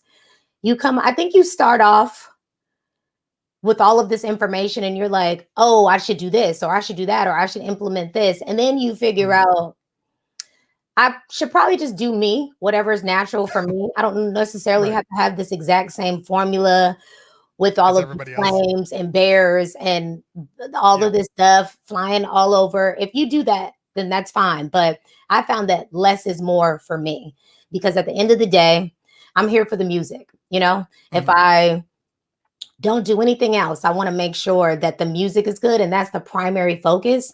So as we went along, we just decided to scale it back, not all the pop-ups and the da-da-da. So it's been Mhm. awesome. You know what I'm saying? It's been awesome to kind of see the maturation of it all. It's been awesome to actually see a shift in the work that I do and the quality of work that I'm cranking out at this point, because Mhm. I'm DJing 3 or 4 times a week for hours at a time. So I'm Right. taking different types of risks that I think I was a little too scared to take when I'm playing. I don't think that I really trusted. No, you got it. You can do this live. You don't have to freak out. It's going to happen. Like, I'm taking much more risk. And I'm like so happy for the pandemic and just the entire thing. It has really Mhm. shifted my approach, how I feel about being a DJ, Now, the now, purpose when you say of you're taking a making lot it. of risks, what kind of risks have you taken Well, that were I, outside of your comfort zone? I guess. I went to Scratch Academy, so all of our Right. major and minor adjustments, we're taught to fix all of that stuff in ear. Mhm. Don't be playing around trying to get all of that stuff together out loud where people can hear you. So a lot of my blends, I'm like second guessing, like, is it on? Do I Mm. have it? I don't want to bring it up too fast and then it's off, or um, you know, should I scratch a little bit, or is that going to be weird, or is it going to be off if the fader's already up and like I'm not able to hear it in my ear first to make sure, Mhm. Right. or do I really want to play this song? Are they going to get it? Like, are people going Do to they get get the it? Just wordplay? Do they understand the transition? Like, does any of this make sense? does any of it make sense? So I think that I was just moving a little bit more in my head and not in my heart. Mhm. And with doing Twitch, I just have a lot more confidence that I can DJ. I can do Mhm. exactly what it is that I want to do. I can learn the things that I don't know, and all of it is okay. You know what I'm saying? It literally has been like a rebirth for me. No lie. Like Mhm. the approach and the way that I went about my career, I think I had a little bit of a chip on my shoulder. You know what I'm saying? Previous to COVID, I was so worried about the no's and the why nots and all of that shit. And quite honestly, I don't need to worry about that. I just need to focus Mhm. on the yeses and the people that are like, oh yeah, this is dope. You know what I'm saying? And that wouldn't have happened. Two things happened to me back to back. My DJ bag got stolen, laptop, all of my music, da da da da, Oh and then man. COVID. So those things happening together literally like cleansed Mhm. everything, made everything feel lighter, gave me a new passion for DJing, gave me a new purpose for DJing. And now, I mean, I feel like I've increased my willpower to just go after this thing. And emphatically, I am going to get wherever it is that I want to go. It's going to happen for me, and that's it. I'm not worried about any of the other stuff, because when I got on Twitch, I didn't think anybody was even going to tap into me, because I've been DJing 7 years and I freaking have been scraped and kicked and beat up for every job that I get. It has not been an easy thing. You know, a few people have just been like, I think you're dope. I believe in you. I'm going to give you a shot. But that's not every person. So I had no idea that anyone would even care. It's so many DJs that I've followed previous to the pandemic that I thought were dope and super dope DJs, didn't even know who the hell I was. And now people are like, oh, hey, and hi. So that's crazy, because I'm like, wow, you know me? Like, crazy. It is kind of crazy. It's still a little different to get used to. Like what you were saying at NAMM, it's different for people to just be interested in you. That's something that I have to get adjusted to. For me to pick such a job where I'm like performing and I'm like performing out to people, I really sometimes probably were a little uncomfortable with people taking pictures of me and videoing me and all of that stuff. So I get it. Now like, you know I how I understand. You understand then, because I wasn't doing Twitch and nobody was clamoring around to take footage of me at that time when I was doing gigs. But I understand now, Terry. I do. Yeah. I do. There's going to be NAMM is going to be a very interesting thing when we finally get back to NAMM, because not only do we have like, you know, tech journalists like myself and Mojax and you know, Crossfader, but now we have like verified Twitch superstars. Yeah. That people are going to be like, oh man, oh look, there's Angie V, look, there's DJ Scene, like that's a thing now. It wasn't a thing before, you know. So it's you know, and look, there's AK47, because when it's all said and done, look at that. At this moment, there aren't a lot of like there aren't a lot of black women that I have found on Twitch actually streaming consistently. You know, I mean, there's you. I feel like there's a few black female DJs on Twitch, and there's even there's you, Chanel B. There's what's her face? Smooth Talker. DJ Metaspin, DJ Charisma, yes. Miss Her, DJ Ty Alexander. We're out here. There is some black female DJs that are out here. It's just, you know how it always is for us. So we just got to work a little bit harder to be seen and have people want to collaborate with us or work. I just saw Taylor Naomi. She's dope too. Oh, I don't think I know her. I just ran up on her maybe like last weekend. Yeah, she's got some skills. That's dope. But hello, girl. I think what's cool right now is, even if you remove the black element, there's a lot of dope ass lady DJs. And I hate to use that term like female DJ or lady DJ, but when it's all said and done, because I get some people that get critical when they're like, don't call them a lady DJ, they're just DJs. Well, that's I don't fair, care about but that. they're still women. That's me. I mean, no shade. I don't care about that at all. It's like, I am a female, so it's okay. I don't care about that at all. It doesn't bother me at all. DJ Ola, I love Ola. I actually met her at one of the, not Serato, the DJ City ladies link ups. Yeah. And like she was DJing and I was like, who is she? And I just started following her immediately. She's dope too. Yeah, we went to the same school. Me and Ola. That's my girl. Did you really? Yeah, we both went to Scratch. She graduated the class before mine. We had the last 2 classes of the long session that they had at Scratch, the like 11-month session that was like almost a year. Now they're into this accelerated program. But yeah, she graduated the class right before mine. We both went to Scratch. She's dope. I love her. Like, we actually are really, really Paris cool. went to Scratch too. Who? Paris. Oh, Paris I know. Yeah. Yes, I know that. I don't know if they keep the plaques up. I saw you at the DJ Ladies Link Up, the one in Hollywood at that little indoor-outdoor spot. Yeah, you were doing some video stuff or something? We did all the AV, all the sound, all the audio and visual. Yeah. So yeah, you were there looking like don't talk to me. I saw you. You know, It's funny. I'm not gonna hear the end of it because I know that's just my natural Yeah, my natural rhythm is it usually is. like I'm busy, like I'm doing stuff right now. If Yeah, I'm someplace, typically I'm doing stuff. Like there's never a case where I'm just like relaxing in the corner, But I have to make it a point now to at least assume that somebody's gonna know me, and I have yeah, to treat it accordingly. I know that. yeah, I need to have like a hat that says, I'm busy right now. It's yeah, not you, it's me. But I'll work through it. I'll work through it. You've it, first off, it takes a lot to kind of change me, to be honest with you, because I know my steez, I know who I am, and I have learned, just like you, to trust your gut. yeah. And everything that I've been doing over the course of the last 5 years have all been just gut reactions. Like I think this is what I'm going to do.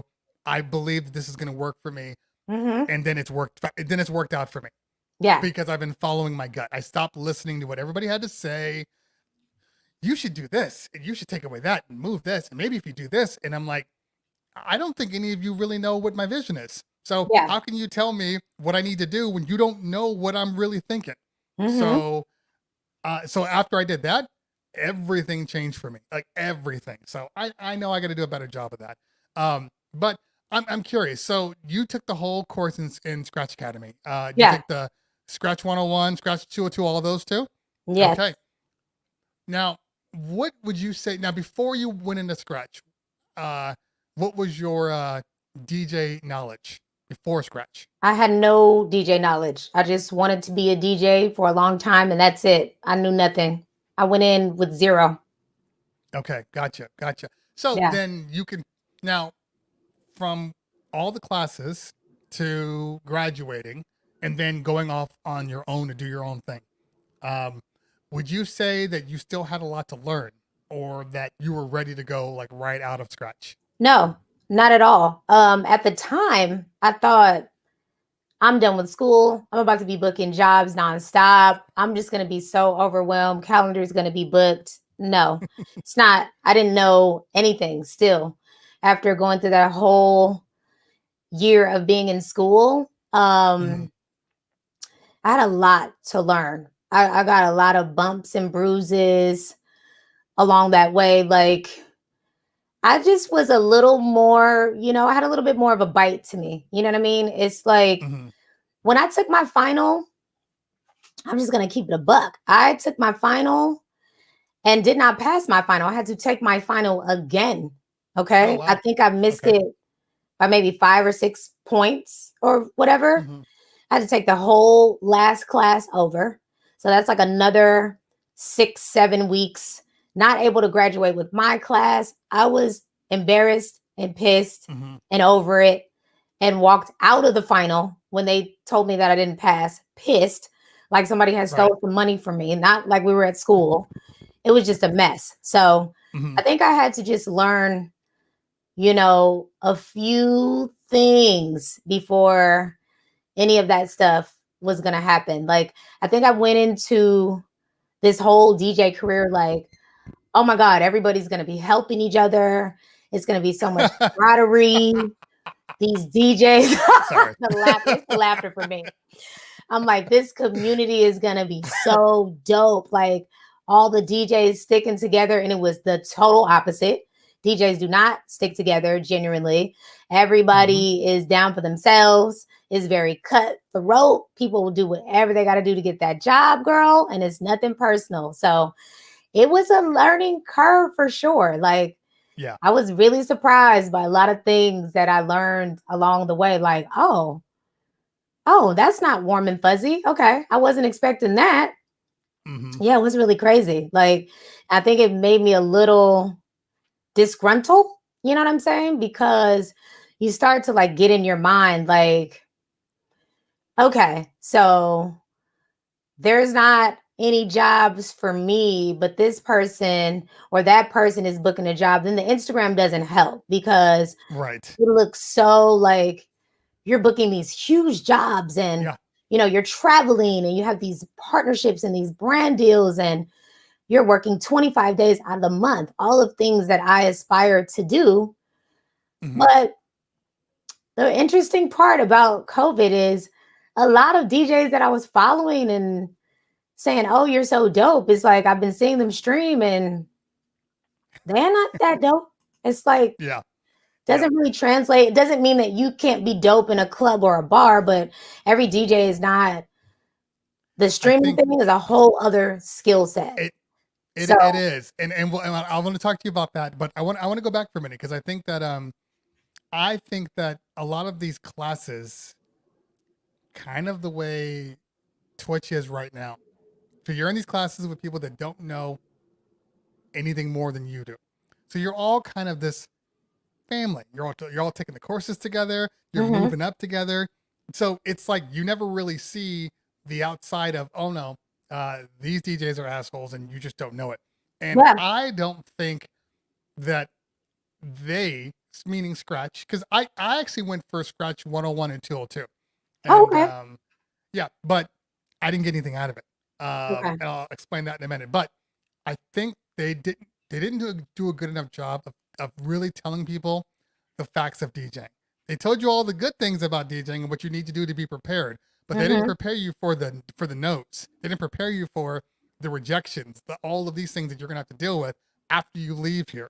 And I think that's Yeah. one of the one they need there needs to be some sort of a rational and realistic baseline for everybody to walk out going, okay, all right, so it's going to take me another, even though I just graduated and supposedly this was going to push me into this new success field, it doesn't really mean that's going to happen to me. No. Because quite honestly, even a year into school, your beat matching is not even as good as it needs to be. You know why? Because you're not booking any jobs. And when Right. you get out of school, I don't know why I thought this. I'm like, no, I graduated, so I'm dope. It's like, ma'am, you actually not I'm instantly dope. Yeah. like you're not dope. You got a ways to go. But yeah, it was an interesting.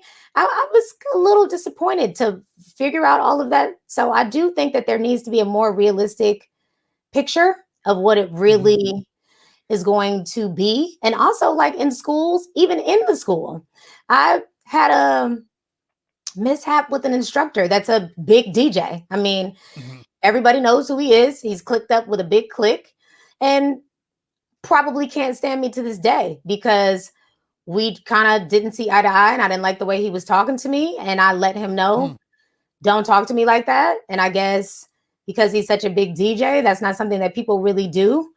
And Hmm. I mean, I might have burned a bridge, I might not, but it is what it is. It's just, I found that with my personality and how I approach things, my people will find me. My tribe will find me. I'm not for everybody.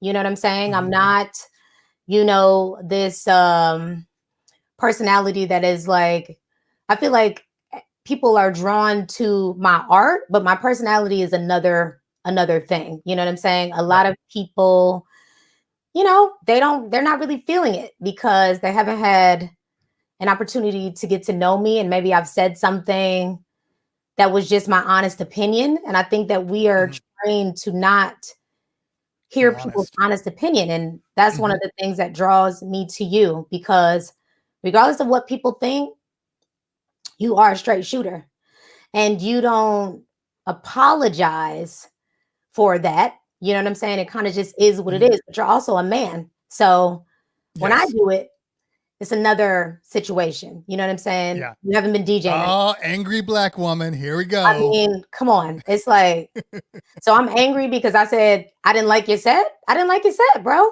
Point blank, period. Hmm. Like, I mean, it's interesting. It's really interesting. DJs have huge egos, huge egos. Like, it's kind of crazy. You know what I'm saying? Hmm. And I'm like, what about the music? Can we get back to that? Like, I'm just finding that the people that I'm drawn to are make the music a priority. The rest of that other Hmm. stuff, I just don't. Those are not my people. I just don't have time for it. Yeah. No, that's fair. That's fair. And I think that as we were kind of segueing into Twitch DJs just as a whole, um, a lot of the big name DJs um have been living off of their names for so long and living off the same routines. Look, when it's all said and done, and I'm not discounting any like primetime club DJ Yeah. because I know that is definitely a skill set and a gift. Not everybody can do that. But once you've developed your line, you can go anywhere to any Mm-hmm. club and play that same line and you're going to be just fine. And I think people kind of got, set in their ways of like, oh, well, this, everybody wants to hear Too Short. So this isn't a big deal. I play Too Short and it works.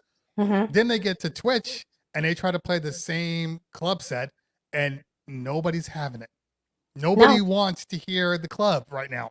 no. They want to hear you as a person. And if you as a person are only club DJ, And you're not going to work out. quite frankly, we don't even want to hear the club. The club is trash because the DJ's not good. Let's call a spade because the club is dictating. I just don't believe that people are that dumbed down. Like, I think that people can actually hear music in a club setting that they might not hear all the time and still have a good time. But the club is so frantic and afraid that everyone's going to walk out of the door if you play one B-side record or if you decide to kind of pivot and play something else. So then we're kind of like boxed into playing certain things for a check, which that's not music. Music is energy. It's an energy source. It's a flow. It's not calculated and that precise unless you're a battle DJ and you're working on a scratch routine. I get it. But Right. it's just sometimes the club DJs are not even good. I go to clubs in LA and I'm bored. I go to a hole in the wall in LA where the guy is sitting in the corner with glasses and you can barely see him. And it's like the best time I ever had. And these are not Right. people that are getting these big club jobs. And on top of that, the club don't even want to pay you. They're going to give you $100 and say, well, you should be excited because of the exposure. It's like the people that work at Mercedes is not, I can't pay my car note with exposure. Like it doesn't even translate. So I don't know, like this whole, I'm a better DJ or on another level because I get this job. I think if anything, 2020 taught us that ain't it, bro. That doesn't solidify you one way or another, and a lot of people I feel like are finding that out because this streaming thing is an entirely different skill set. Not everybody can hop on Twitch, even with all your followers on Instagram and your big jobs that you're booking. I've seen some huge DJs on Twitch and it's lackluster, just to be quite honest. It's not, I'm not connecting with the person. It seems that they're very disconnected or in their head or, well, a lot of DJs don't have personalities.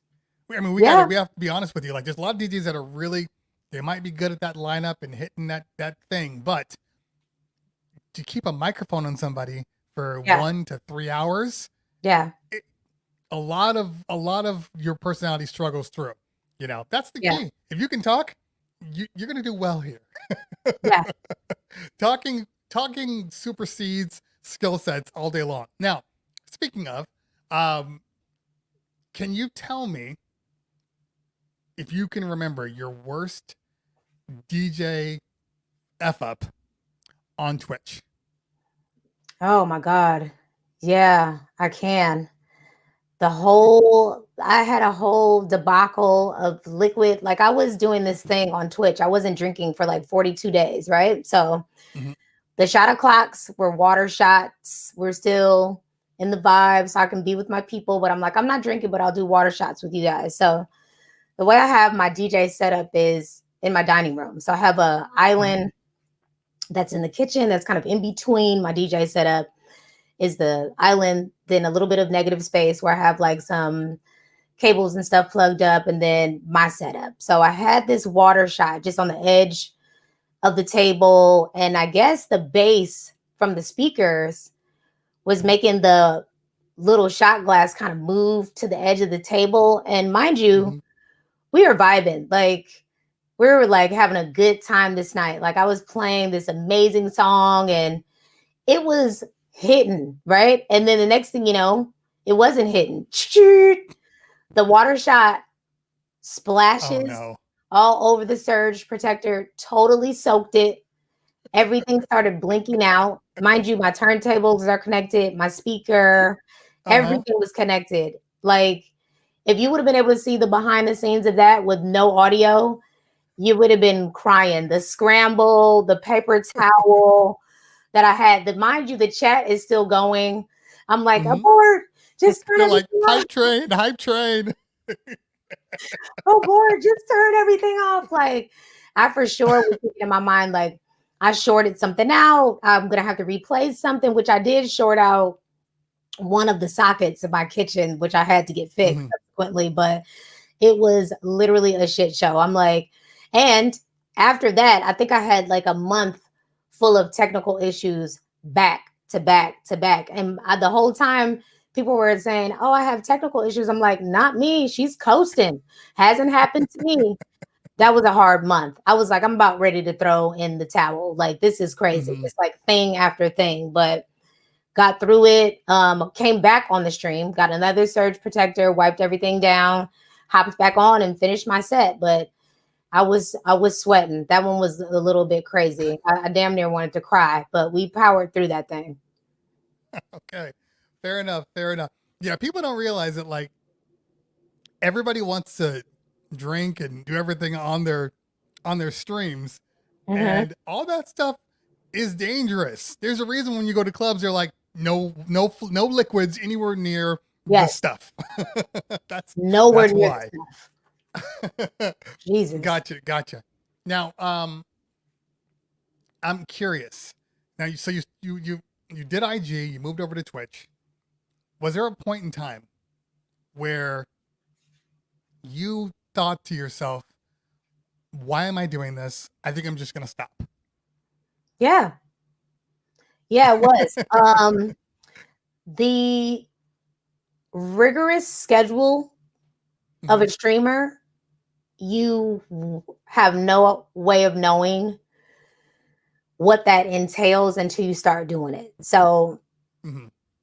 I'm like, even sometimes when I look at you, how the hell are you editing YouTube videos and still doing all of this streaming? Like, where do you get the time? Like, I've just felt like I started to get a little bit overwhelmed. You know what I'm saying? Mm-hmm. Because I challenged myself to do a new set every stream and not to just play the same set Yes. over and over again. So that requires me looking for music and having to download music. And, sometimes I mean, like I said, the way that you're taught and the muscle memory that you have when you're a DJ is like when you start using certain gear and you start moving around your space in a particular way, how you mix and all of these things, you begin to get accustomed to doing things that way. So when I started out, it was big on mapping your music, putting your cue points into all of your music so you know where you want to get in and out of, and it's not all, you know what I'm saying? So Yeah. I'm like, oh, I need to download. Now I need to map all of the music so I know where I'm going. And all of that stuff takes a lot of time. So you figure if I'm streaming 3 to 4 times a week and I'm constantly like downloading music to get new music and create new things, it just started to be really taxing. And Mm-hmm. also, it's like the more you succeed at something, the more shitty people start to act. And that is also crazy, because you get all of this wave of people like, oh my God, I love you. But then you have this other people that you start to piss off. You have no idea why. Yeah. People start to get weird on you. So that was also happening. So I had to figure out how to navigate through that. It was just a lot. And I'm like, I didn't know any of these people 4 months ago. I'm not about to be stressed out in my real life Right. because of these people online. So I just had to figure out how to work it so that I still am giving you quality content, but I'm also Mm-hmm. well rested. I'm not irritable, and I'm still able to focus on the things that I need to do outside of the stream because it's still other things going on in my life outside of the stream. I had a really close friend of mine die within this time that I've been streaming. I've had family members getting COVID, friends that have family members passing away from COVID. It's a Mm-hmm. lot of stuff that is going on. You know what I'm saying? Outside of just getting on Twitch to stream. So I really had to figure out all of that stuff. You know Yeah. what I'm saying? I had to figure out a Mhm. plan for myself that still gives me joy to come on and stream. So now I take the last week of every month off for myself. Oh, okay. I don't book anything. I just kind of get whatever I need to get done to get prepped for the next month. I stopped saying yes to every damn raid-a-thon and mix-a-thon that someone hits me up for because number one, I'm too tired. Number two, people are not vetting these DJs. And no shade, but I've worked my ass off to get to a certain level. I want to work with certain DJs. So I don't want to be sandwiched in between someone that doesn't stream. The lighting is bad. You know what I'm saying? It's like Yeah. I don't want to. Okay. I think the mailman's there. Um. So I just don't. I don't want to do Feed it, me. especially if Feed I'm me, taking Devin. all this extra time to prep these sets, and then it's like, oh, the person's not ready to raid you, and they're late, or you're raiding in with all of these people, and then we can't see the person. You know what I'm saying? It's Yeah. just like Mhm. crazy town. So I've learned how to just say no. You know what I'm saying? I can't do it, or I don't want to do it, or I'm too busy to do it. And yeah, that's it. I just kind of just Yeah, I get what you're saying. Because I ran into the same situation on a couple of raid trains, and I'm because I'm not DJing like I used to, yeah, except for myself. When I'm on a raid train, I want it to be fun. Like, yeah, let's do that. That sounds like a good idea. Blah blah blah. yeah, And I remember raiding, either getting raided into or raiding out of, and getting raided into where you're like, because you obviously want to see what the other person's DJing, so yeah, you're not running into, you're not doing the same thing they are. But also, hey, what's their raid count? How many people they got there? Blah blah blah. You're like, okay, there's 20 people here. Like, I'm not trying to hate on it, but the whole point of a raid train is to continuously build. It's to take your numbers that you normally get, put them on somebody else. They take their numbers, and it should kind of just slowly build into this huge thing. I wasn't seeing that on a couple of raid trains, and I'm like, oh, like, whatever. I'll just DJ for myself. This is for me, whatever. And yeah, then you raid into somebody else, and then it's like, oh, it's all face. There's no mhm, DJ setup. There's mhm. this weird green screen happening. The sound is off. Nothing is as clean as what I just sent everybody over to. Exactly. And now you're like, I'm sending this may be a raid train, but it's not just somebody's people from before. Like, the moment I activate, just like you do, your people know that Yeah. you're on. So they come on, and then they get raided into somebody just like, who is this dude? Or who is this girl? Like, what? Yes. Well, I don't want to be here. And then it all kind of backfires. And I remember telling a couple of people, like, hey man, look, it has nothing to do with me. Okay. This is all stepping stones. And the more you raid, you can't just push some beginner DJ in the Mhm. middle and think that your raid train is going to hold. It's not going to hold. Yeah. You put your raid, you put your beginners in the beginning, and Facts. then you have nothing but just fire one after the other, and then you Exactly. build a raid train. So I get what you're saying. I was kind of feeling the same way Yeah. about It's that. it's a So I bit. get it. It was like, okay, what's starting to happen here? I don't really get it. You know what I'm saying? And like at the end of the day, I did one mixathon that I produced myself, but even such, I'm noticing other things where it seems like people are building the raid around you. You know what I'm saying? And so the person that's reaching Mm, out to you is like, okay, I'm gonna go after you. It's like that doesn't really get that kind of gives me a bad taste in my mouth when I feel like this is all just been done so that you can go behind me. That's not really cool because at the end of the day, I quite honestly, I don't care if you don't rate me with a ton of people. Just have the quality of stream that I have. mhm. Just Right. care about your set. You know what I mean? Right. Just do a good job because whether you bring 2 people or 200, at least one of those people are going to like it and come back. You know what I mean? So that is the person that I'm going to get from the raise. So that doesn't matter. But when you're trying to set it up, when I did a mixathon, it wasn't about me. I could have it's about the flow of the raid. It's either you're going to have Right. heavy hitters from start to finish and it's just going to crank through at a certain level, or you're going to do a build up. You start Mhm. with your person in the beginning and then you just go up from there, and each person gets better and better and better. It's not about let me position myself so that I can get the most blah blah blah. It's about what works for the raid collectively. And I think that we have gotten away from all of these raids. People are whispering for raids. People are getting mad when you don't raid them. It's like, what is that? Like, the raids are Mhm. supposed to be fun, unexpected.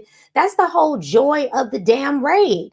But I'm Yeah. seeing the same four people raiding each other back to back, or only going on because my friend is on and I want to get a raid, or asking people Mhm. in the stream, can you raid me? Don't ask me that, because I already have a plan of who I want to raid and why I want to raid. I'm looking for someone.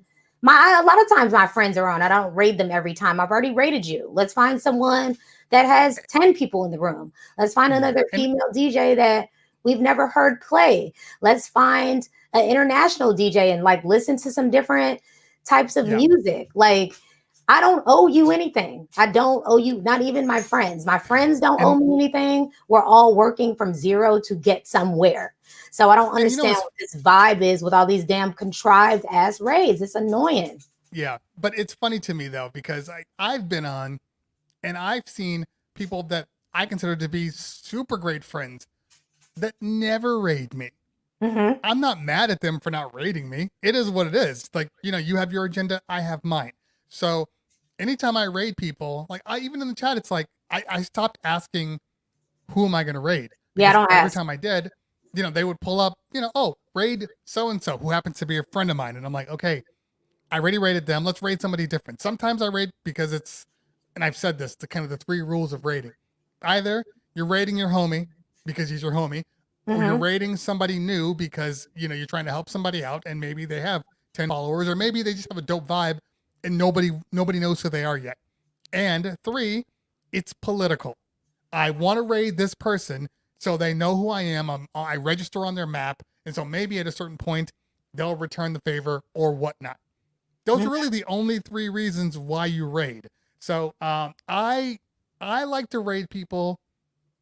I don't do a lot of political ones unless necessary. Yeah, me either. But yeah, Not I my mean, but favorite. for me, it's a little different for me because like I'm trying to bring people on here that maybe don't know who I am. So it's a nice little Yeah. segue into it. Like, oh, Cleveland Terry. Oh yeah, I know you. Hey, be on my show. Oh, well, now I have to say yes. So it's Mm-hmm. it's a little different for me. But for most people, um, just let's get people on the map that makes sense. And not just raid somebody. Like, I don't want to raid somebody who has 3 followers and they suck. I'm not Yeah. sending my people over to them. I Yeah. don't mind if you have 3 followers and you're dope as hell. Different story altogether. Yeah. But like I rated one guy, and I'll say because he knows. So Danny D Rock, he asked me a couple of months ago, hey, what do I do to increase my stream?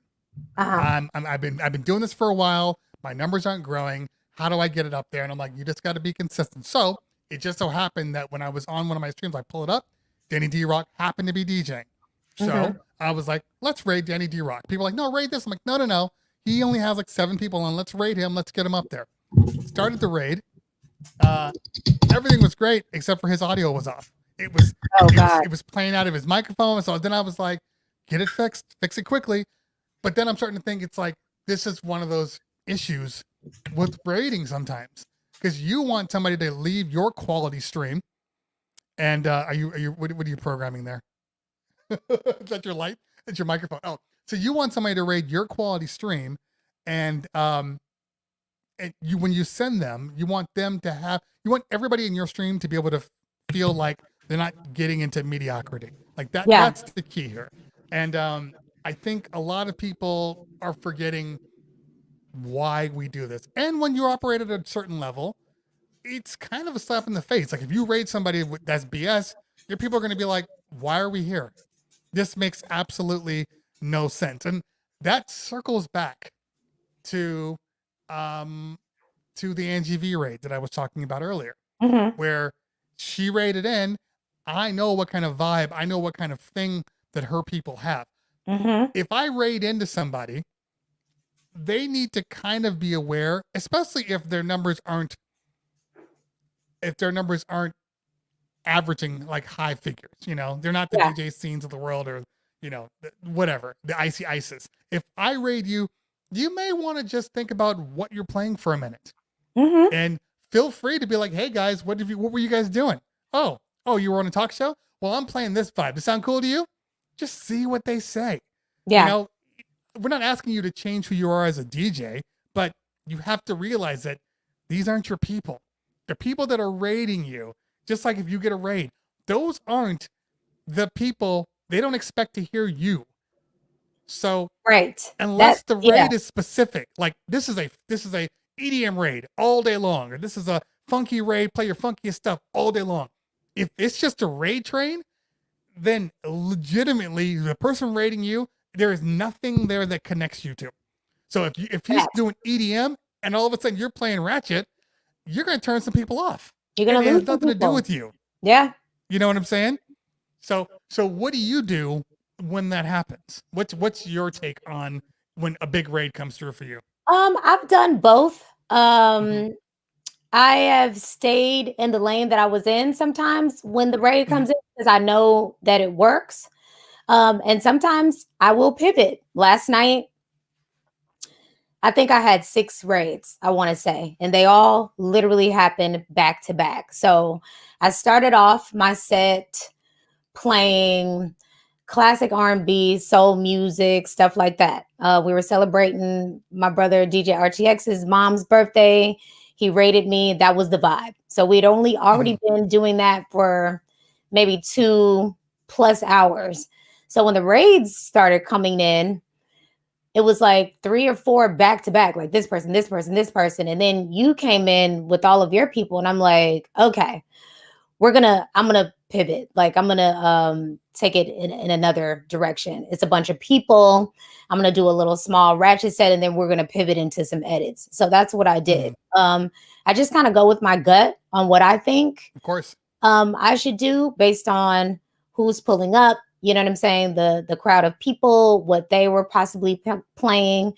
One thing I definitely do is, I go into a more, it's like a raid mode, I guess you could call it. Like when a raid comes in, I really turn it on, because this is my chance to get those people to come back. You know what I mean? If I'm just, hey, thanks for the raid, dry, that's not fun. So I try to speak to everybody. I'm pleasant. I make sure I shout out the DJ that rated me, put their link in the chat. Like, you got to kind of have some common sense and pay attention to detail when you're moving around in this Twitch thing, because a lot of stuff you should just know what to do. You know what I'm saying? And people get so full of themselves, like, I am the DJ and this is my stream.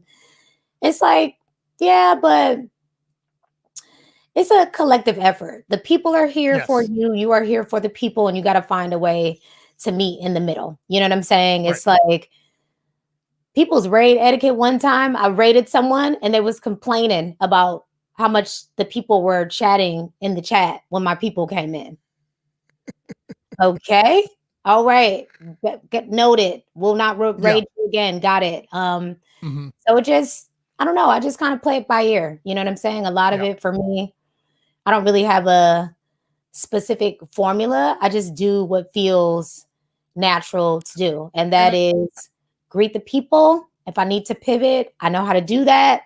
If we want to turn it up a couple of notches and make it more party vibey, I know how to do that. So I don't know. It usually works out for me, whatever I decide to do on the raid. And you're going to lose people on a raid. You're not going to be able to lose everybody. You know what I mean? And so it just kind of is what it is. Like, I don't know. It's so weird. Like, I don't focus on any of the numbers or anything like that until like after the fact. I don't check the bank account for the payout. I don't see how many people are viewing. Like, it's funny. Lucrative forces me to look at the analytics. Okay, this is what you did. And you know what I'm always saying? I don't want to hear about that. I just want to connect with the people and play the music. But everybody is so different, because like I am the opposite. Are I am you? all about numbers. Now, I can, but no, but I can, even if I'm annoyed with the numbers, like it's not going to translate into my stream. Yeah. But if the numbers aren't where I want them to be, yeah, I'm like, look, okay. And first off, I want to clear the air with somebody. I know that people were saying Danny got it fixed, and the people on my stream helped him out. I know that 100%. Danny's stream itself, his musical selection, everything he was playing was dope. It was just a little technical difficulties that he was dealing with. The show was always good. It was just playing out of his computer speakers. So just to clarify that, I wouldn't have even gone to Danny if he was weak. Just I want to make sure you're everybody's clear. But yeah, I look at numbers, and for instance, right now I'm looking at numbers right now. Like to me, I'm like, okay, where are the numbers at? They don't necessarily affect me because I still have to put on a show. I still have to keep the people that are here interested in what I'm doing. Mhm. But I definitely look at the numbers. Maybe that's because of your YouTube background. You probably are Yeah. more of a numbers guy. I mean, because Mhm. the numbers for me distract me a little bit, and I just don't want to be in my head about the numbers. You know what I mean? Because Yeah. I want to play with the same intention when there's 25 people in the room or 100 people in the room. So Okay, that's the only reason why I don't and look. I agree with you. But here's my strange rationale for that. Okay. So let's say you're in a nightclub. You're in a Okay. not even a nightclub. I'm not going to use like you're like in a bar setting, Okay. okay? And you got 25 people in there.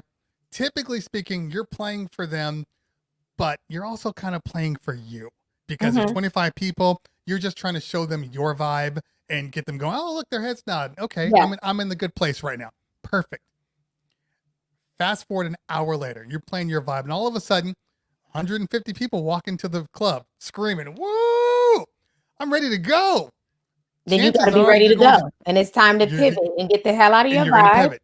and make these people buy some Exactly. drinks. Exactly. And I think, and I'm not saying that pivot in a way that takes the identity of you out of the mix, because that's Mhm. one of those things people hear. They're like, "Oh, well, I'm not going to change what I'm doing." No, I didn't say change who you are, but Yeah. you need to incorporate some other stuff to keep people going. You know what I That's mean? So true. it's like I might drop if I know Angie V's in there, I'm gonna drop some R&B. I'm gonna Yeah. drop some, some stuff maybe that I wasn't playing. Maybe I was just playing Gangstar, Mhm. but now I'm gonna move over to like hip hop R&B, or maybe I'm gonna go into some good bass groove and house, something like that. Or I'm gonna go a little old school. Yeah. That's all I'm saying. I'm not saying change your whole identity and start playing, nothing but like boy bands. Like that's not what I'm saying. Just do you, but broaden. That's Mhm. all. And everybody's different, and I get it. Some people are like sticklers, like, nope, this is what we're playing. I think Caution is Heavy is a perfect example. Like he does themed nights, and I think that's the key. Yeah. If you're doing a themed thing, like it's Ratchet Monday, and it's this, or old school hip hop Thursday or whatever. If Mhm. somebody comes on, you're gonna want to still stick with that vibe. You might change it up a little bit, but you're gonna stick with that vibe. Yeah. So I get that. I get that part. Because there's nothing worse than I've seen Caution. He's doing EDM, and they're like, "Can you play some Lil Uzi, blah blah blah?" He was like, "That's not what this show is. If you want that, come back on Wednesday. This is the vibe today. I'm not changing it up for you." So I respect that, but that's themed though. If you're just open platform Mhm. and you're just doing whatever you want to do, then what does it matter if you change it up a little bit? You've been open vibe the whole time Yeah. anyway, Yeah. So everybody's different though, and I get that. I'm not here to tell people exactly what to do. You got to do what works for you, So I don't know.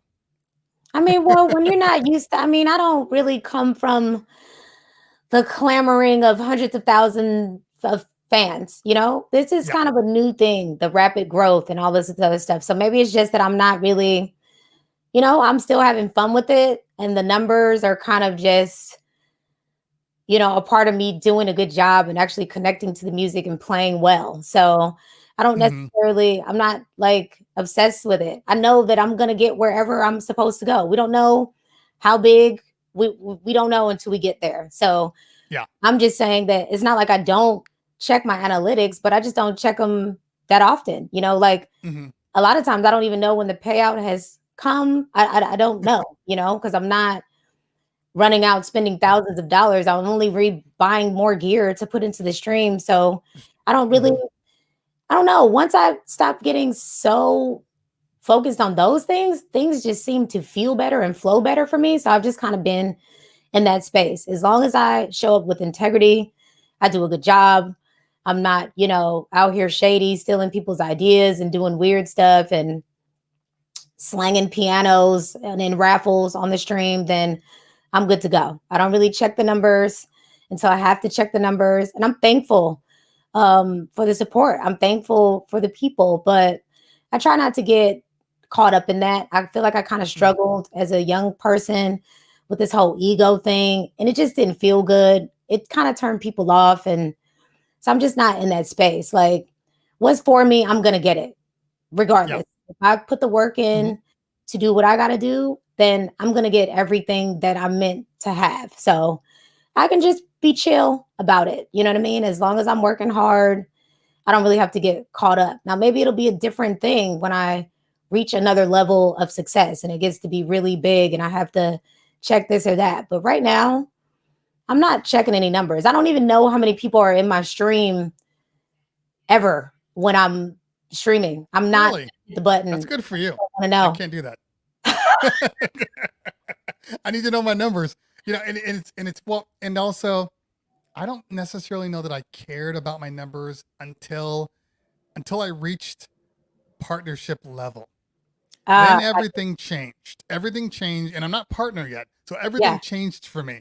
And I know people are always like, "Well, just do you," and blah blah blah. And I'm like, it's hard to do you when you are at the partnership number and you're trying to sustain that so you can be partner, and then you can really do whatever the hell you want to do.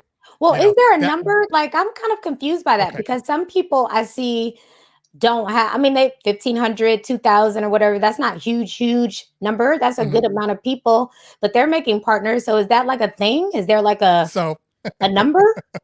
no, so well, okay. Here's the issue with partner.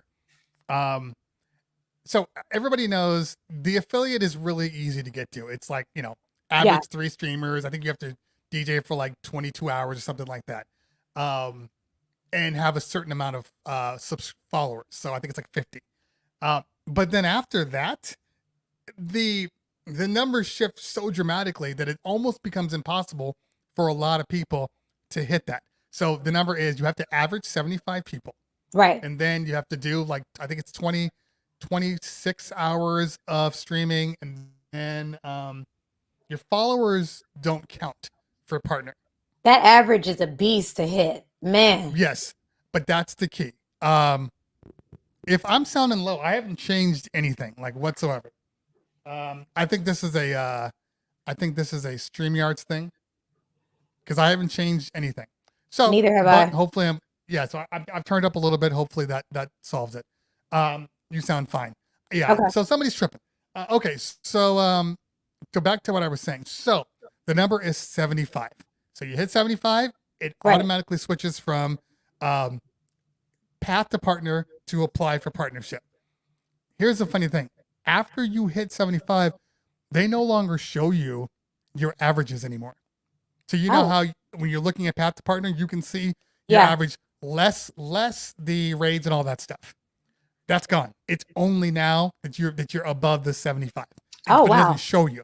So, Okay. yeah, so now you're taking a guess. But here's the thing. So the 75 person number is bullshit.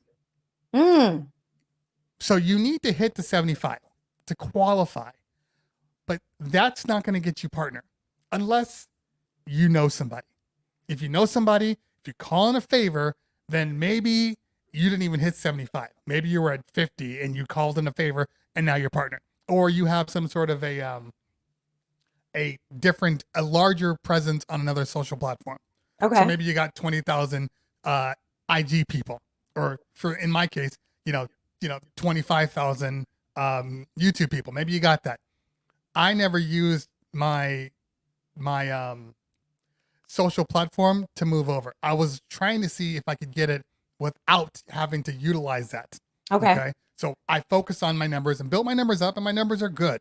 And I applied the first time, got rejected. It was some kind of template letter that they send everybody that says, "Oh, we're still monitoring you. Once you get to a certain level, if we can still see growth, then we'll bring you on." Okay. So here's the thing. So everybody I talked to, because when I said, "Oh, I just applied for partnership," I had some people that are like in the know call me like, "Hey man, just to let you know, you're probably not going to get it." I'm like, "Oh, why?" He goes, they really want you to have like 125 to 130 people on average on a stream. And I was like, okay, so then, but why say 75? They're like, I Right. don't know. But that's in reality, you're not going to get approved until you're sitting at like 125, 130. It's just Gotcha. a Okay. fact of the matter. Unless I use my social status to get up there. Yeah. Which I still may. Yeah, I don't know, You said be but I haven't clear. yet. Yes. Well, I told people, I'm like, look, at a certain point, and it's not me being the social platform ego asshole. It has nothing Yeah. to do with that. It has to do with the fact that if you look at the partnership rules, it says either hit 75 people and your normal average, or have a high enough social Yeah. platform somewhere else. Yeah. That's it. So that's the only thing I would be leveraging. I see Warren 702 in the house. What's up, fam? Good to see you, man. Hey, where's my video? I'm waiting on my video so I can post it on my own YouTube. Waiting, man. So basically, we're all just kind of playing the numbers game. So I am still on the numbers game. I'm still watching the numbers. Once I get past it, once I become partner, I have a feeling the numbers aren't going to matter to me anymore. But but I have a plan for this show, and I do want to continue to keep increasing my numbers. And hey, honestly, you being on this show, the numbers have been excellent. So good job. Oh, that's dope. Yeah, That's dope. You never know. Like I've brought on like some super big people, and I'm like, the numbers aren't where I thought they would be. Not in a bad kind of, oh, this sucks way, but just like, I thought they'd be higher. Yeah. And sometimes that happens, it is what it is, like when Well, I mean, I NDV came on the definitely show. appreciate you bringing me into this space. Because at the end of the day, like I was talking about this yesterday when I was telling people that I was going to be on the stream. A lot of times people, I feel, have already made the decision of where I can or can't go and where I fit, and already made the decision that I can't book a job because of whatever they think. And I think it's important for me to be invited into these type of spaces that people typically assume, oh, you don't fit here. So I really appreciate you reaching out to me, because I mean, I see it a lot. A lot of Black girls do get booked, but they're more eclectic. They're more a little bit quirky, or maybe even a little nerdy. They got silver long hair wigs that they wear. Like, I know you're talking about. Or they're super, super sexy. It's like, it has to be something, you know what I'm saying? So just regular girl from Detroit, I say this all the time, like in jest, but it's true. It's like the Keishas and the Dantes don't get invited. You know what I'm saying? So for you to have me on, I just really appreciate the space to come on, because there needs to be more representation of women like me. Like, I am a little bit rough around the edges sometimes. Yes, but that doesn't mean that I can't book a corporate job and kill it. That doesn't mean I can't MC or speak on the mic and kill it. That doesn't mean I can't book a bar mitzvah or a wedding and kill it. Like, hey, stay out of my realm. So I just think it's important for, the representation to be there. And I appreciate you allowing me to come on and speak to people, you know what I'm saying? And in a space that I might not normally be in.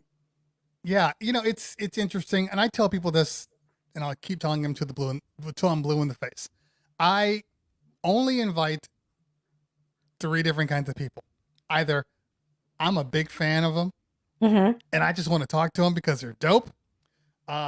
Or I like what they're doing. This show was never about just getting people on that hit a specific type of style. It's always been me. Like, oh, I like what they're doing. Let's bring them on. That's it. There's never really been any other question mark of, I think more people need to know who this person is. because Yeah. I think they're dope, and I think I'm a pretty good judge of character out there. And when I saw your streams, and more importantly, I've seen the evolution of your streams, Yeah. and I'm like, I like what she's doing. She's building, she's continuing to progress. A lot of people kind of get stuck in their ways, and that's what they do. But there's always something new on your stream. There's always growth happening. Even when you brought in the French DJ, that was super dope. Oh yeah, my boy Just Dizzle. He's in the chat. Oh my God, he's so dope. And I didn't even know him before Twitch. I met him on Twitch. Oh, that's hilarious. Yeah, so I saw him on the Serato site. I was like, who the fuck is this guy? This dude is dope as hell. So yeah, I'm glad he was on. He killed it. He killed it. Like, yeah, he killed it. Like, he was one of my favorite guests so far. And it's just so crazy. Like, Twitch has been connecting so many dots for me. Like, even with the people that suck that I've met some pretty amazing people. You know what I'm saying? Like, and it just how it all worked out. Like, I went in Just Dizzle's channel on a recommendation. I just went in there. Like, I'm just going to go in here and see what's going on. I didn't know what was being said in the chat because people are speaking French, but I still just hung out. And he didn't know who I was for a few streams. He didn't even notice that I was there. And at some point, I guess I said hello and he said hello back. And I guess maybe sometimes you will check and see who people are after you get off the stream. I don't know what happened. Sure. Right. Reached out to me and wanted me on his show. And I was like, definitely want to do that. Definitely want to be exposed to people in Paris. That would be so dope. And then 2-3 weeks later, he happened to be in LA and he's like, hey, do you want me to come on? I'm like, what? Absolutely. Like, and it was like incredible. It was like so dope. That was a good stream. I think that was the first time Lucrative and I played with like 2 camera angles. And it was just dope. Like, everything just works out. One of those times, like everything just worked out. Like, everybody loved him. He's a dope DJ. I actually have a thing that I'm doing with him for his birthday this month. That'll be super dope, a mixathon. But Twitch has been amazing. I've met some amazing folks on Twitch. I've met some digheads, but the amazing folks outweigh the digheads for sure. Yeah. That's funny. Yeah, I think it's going to be a very interesting next couple of months and or years, because like you were saying how you came from Scratch Academy and you kind of assumed that everybody was like helping each other and everybody wanted to uplift everybody, and then you got to the real world and then you realize that it isn't like that, and a lot of people will step on your head to get to the next step. Then you get to quarantine and now we're back at it. Everybody's helping one another. Everybody's like, everything's cool, man. We're all kumbaya. What's gonna happen once we get back to the real world? Are the same relationships going to sustain themselves, or are things going to change? I don't know. Especially when the clubs are few and far between potentially. I don't know. I can't really call it. I don't really know, because shit can always go awry when you factor in human beings, I mean, at the end of the day, I try to be cognizant of like, we're all kind of maneuvering from a place of some trauma that hasn't been resolved. So a lot of stuff, when people do weird stuff, it's not even your stuff. It's just, they are just acting out from their space and their trauma and what they're doing. So it's weird, like dealing with human beings, relating to human beings. The more work I do on myself, the more I see like, holy shit, like we all need to be in therapy. Like, we are crazy. Like, it's just so crazy. So I don't know what it's going to be, but I definitely am very happy that I segued into this streaming forum. I think that streaming is going to be an integral part of DJing going forward, because even when things open back up, right? If we want Cleveland Terry in Russia, and we don't have to pay for Cleveland Terry to be at a hotel or for a flight or to be feeding him every day, and he can still be at this party and we just can pay him for this party, then we'll do that. I still think that some people are going to be utilizing the streaming factor, and the better production level you have, the better jobs that you can take for that type of stuff. So all of it helps. You know what I'm saying? I definitely, Right. nothing beats a real live crowd and being able to read the crowd and just hear the bass of the music and see people react to the music. But I do think that it's going to be, this time kind of leveled the playing field. So we'll just have to see how it goes. But I definitely intend Right. on maintaining all of the real friendships that I built on Twitch. I would definitely like to keep growing and building with those people. Like I said, I've met some dope DJs, some people with some really dope personalities on Twitch. I've collaborated with a bunch of talented, dope DJs, and I would like to continue to work with these people. I don't have any problem helping people, promoting people, all of that stuff. Just be good. Now, what I don't have time Right. for is you ain't good. And then you mad at me because I'm not promoting. It's like you worried about an overlay, you worried about bingo, worry about your beat matching. Worry about that. Worry about your sound. Like Twitch is not the place to get on here and be practicing. Okay. So, Mm-hmm. people just have to, be responsible for their own stuff and do a good job. I want to work with other people that I aspire to do some of the things that they've done. I aspire to get to a level that they're at. Other people that'll tell me, that last set, that wasn't really that great. What was going on with that? I don't need people to stroke my ego and tell me how amazing I am every time. Like, I just need some solid people. And I have met some solid people. I think for myself, it'll just be a good thing. Mm-hmm. I'll keep working with some pretty solid people. I will integrate the streaming and I'll still be putting time into streaming. Probably not as much because I'll be working because I was working prior to COVID, but I guess we'll just have to see. It's literally one day at a time. And that's the reason Mm-hmm. why I am pursuing getting into production and doing other things and making edits and stuff like that. Because at the end of the day, I don't want to be 85 and go into the club unless I want to. So Yeah. got to figure out other ways, and I have been Mm-hmm. able to kind of get into some of that stuff. And I feel like I've been telling myself for like at least 3 years, I'm gonna get better with scratching. And before COVID, I wasn't practicing. You know what I'm saying? I've been having time to do that. So it's been really good. Like I'm gonna emerge out of this thing a better DJ. So if I just keep trying to be a better DJ, always a student for me. Like that's where I'm at with it. Always something to learn. I do feel like when I was first started, like I was so sensitive about my art.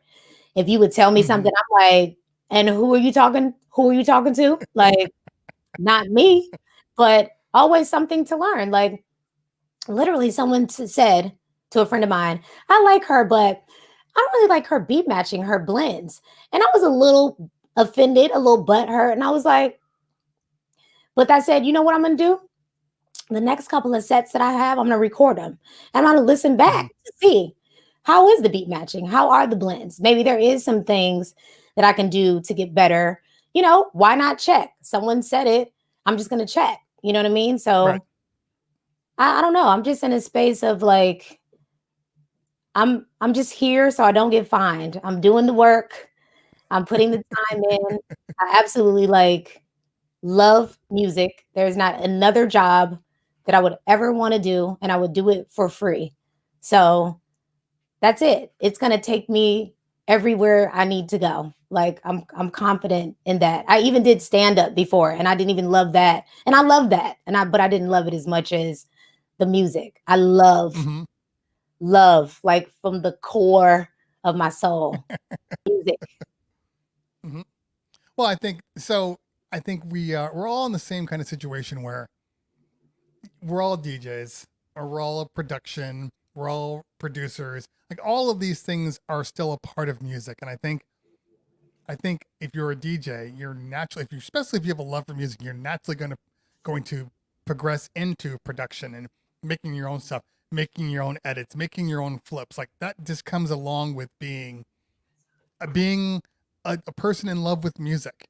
I don't know one person that's ever had a love for music that didn't try to make their own stuff, Yeah. successfully or not. At least they tried. Yeah. Okay. So one of the questions that I know people have asked, and I know the answer, but why the name AK47? And I know it's short for Akbar, but can you tell everybody else why you chose it?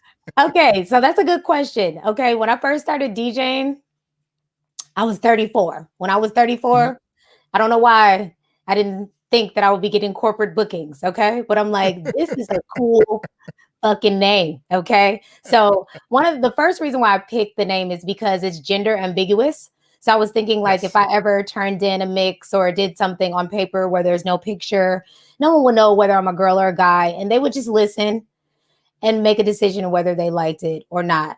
Also, the AK are my initials, my first and last Right. name are AK. And then why I picked AK-47 is because that is a pretty aggressive piece of weaponry. And so I feel Hmm. like the way that I approach things and how I go about things, there's a certain level of tenacity and aggression that I have behind those things. So I was like, this is so dope, this name. Fast Right. forward, and you're working with these big companies, Neutrogena, whoever, and they're like, so we don't promote gun violence. You think you can? Yeah, I'm like, okay. So DJ AK is totally fine when I have to do other jobs. And Hmm. so funny. Like, I was like, why didn't I just use my own name as a DJ name? Why did I need to come up with? But it's just something I guess that you grow into and you kind of figure Yeah. out along the way. I don't know if I'll be AK-47 forever, but it fits, it goes. I'm sure a lot of people are like, why is she AK-47? But yeah, I thought that was really cool when I picked it out, when we all revealed it Uh, at scratch. Like, that's a, what's your name gonna be? I was like, oh yeah, I remember that. Yeah. this is It's about gonna to wow kill you. him. Like, sis, we're gonna need you to tone it down for Victoria's Secret. Like, the gun violence ain't it, but yeah. Neutrogena's like, so what does AK-47 mean? Because I'm pure fire. That's why. Exactly. Blah, blah, blah, blah, blah, blah, blah. Rapid fire. Like, girl, now we're at the Jamaican party, okay? Calm down. Oh, are you frozen? Yeah, it's been doing this. We're back now. We're Okay. back. Every so often it does this freeze. So I have it as I was telling you earlier. I have several companies that want me to review their products. So we've been using StreamYards. We've used Restream, and next is Melon, which is another version of this by Streamlabs. So we're Okay. going to be using Melon, and there's one more called Riverside FM, which I'm actually excited for because they actually record your audio feed right to your hard drive as you're going. So you Oh, get like pure podcast ready stuff immediately. So oh, that sounds amazing. yeah, so we're gonna test all of them. Melon, I was hoping to have my little pro account locked in right now, but they didn't. So I'm sure when I get off, it'll be there. So we'll have that on Wednesday. Anyway, so not with you though, but that's okay. That's all right. Um, so let everybody know. We're not getting off just yet, but let everybody know when you're streaming. I changed my schedule. So I am on Tuesdays, Thursdays, and Sundays for my set schedule. I have a Mhm. Tuesday morning stream that used to be a Monday stream that I changed to Tuesday. Then I have a Thursday night stream and then a Sunday afternoon. So I got a Monday, a midday, and a later nighttime stream that I do. And whatever, collaborative things that I have going on that Mhm. I do outside of that. So yeah, but my set days are Tuesday, Thursday, and Sunday. Yeah, because I thought, yeah, because I remember at one point I felt like we were going against one another. Like I would be on, it was like, oh, AK's live. Was that Mhm. Monday? It used to be Monday. So You had a on morning show. Mondays, I'm modding for Lucrative. She has a stream that she does to help people with Twitch overlays, Oh, this and nice. that. Okay. So I help her out and mod for her. So I kept missing your streams. And then I had my own stream. So that was Hmm. just like crazy. I was doing an early morning stream called Get Up It's Monday in PJs, and it was lit. But I was finding that the back-to-back days, me going from a Sunday night to a Monday morning was killing me. I had no time in Yeah. between to prep. It was just a bit much. So yeah, I was kind of like a little bit exhausted with that schedule. So that's another, thing that we were talking about earlier, just finding your footing to make sure that you are like not exhausting yourself. So I was like, you know what? Yes. The good thing about Twitch that I love is like you're kind of in control of your brand completely. If you want to go on later, if you want to change the days, you can do that. So I'm like, let me make it easier for myself where I have a day in between each stream. So I have time to prep the sets and get the flyers, because on top of the Twitch, I'm posting on Instagram all the time. That takes time to do the social Yes, media. it does.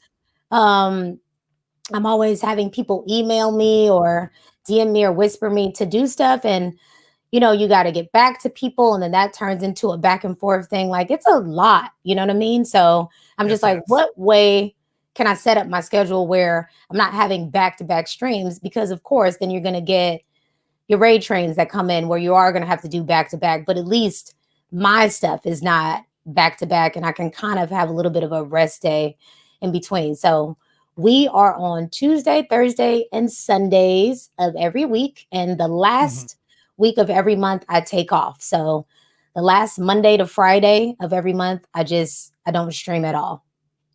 Gotcha. And how many hours do you normally stream for? Usually on average, I do a 2-hour stream. Lately, we've been hitting around the 3-hour mark, sometimes 3.5, because it seems like I keep getting rated when I'm gonna get off. So I don't remember you were talking about that on your birthday.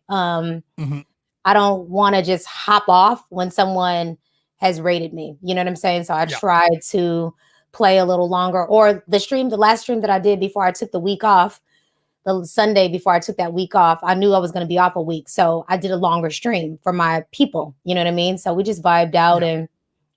But I'm not really into the marathon stream thing. I don't want to keep people there for too long. You know what I mean? Shout out to all of the DJs that can go for those long hours, but my neck and my back, like, it is like crazy. And more recently it's Once you been get old enough, it does affect you more than you think. yeah, it does. I have like this comfort mat going on. I'm wearing Crocs.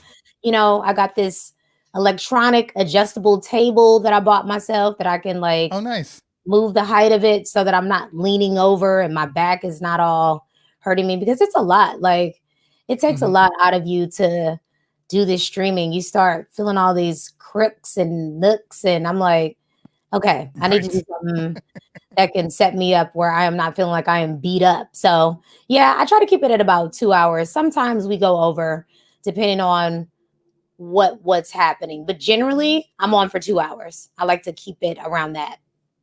Gotcha. Fair enough. All right. I kept you on here for a long time, and I appreciate you hanging out today. Thank you for having me. I appreciate you. Not a problem at all. Honestly, like I said, it was my pleasure. I'm like, I want her on, and I'm glad that you were able to do it, and I appreciate you. Now, if there was one thing you could tell the streamers out there, out loud, so they can hear you and internalize it, what would it be? What would be your one thing you would tell streamers out there? Just as far as like what, streaming itself, or just in general? Yeah, just in general. If there's one thing, because we all have our thing where you're like, if I could tell people something, it would be this thing. Everybody's got their one thing, and it could be about streaming. Sorry, I'm seeing IQ. I was DJing yesterday, and IQ apparently only knows me from the talk show, so she didn't know that I DJ'd. And she's like, wait, you DJ? Like, yeah, I DJ on occasion. That is hilarious. But is there something you would tell streamers? What'd you say? I said she didn't even know you DJ. That's crazy. I guess what it is. I guess I'll say this: don't lose your bite from success.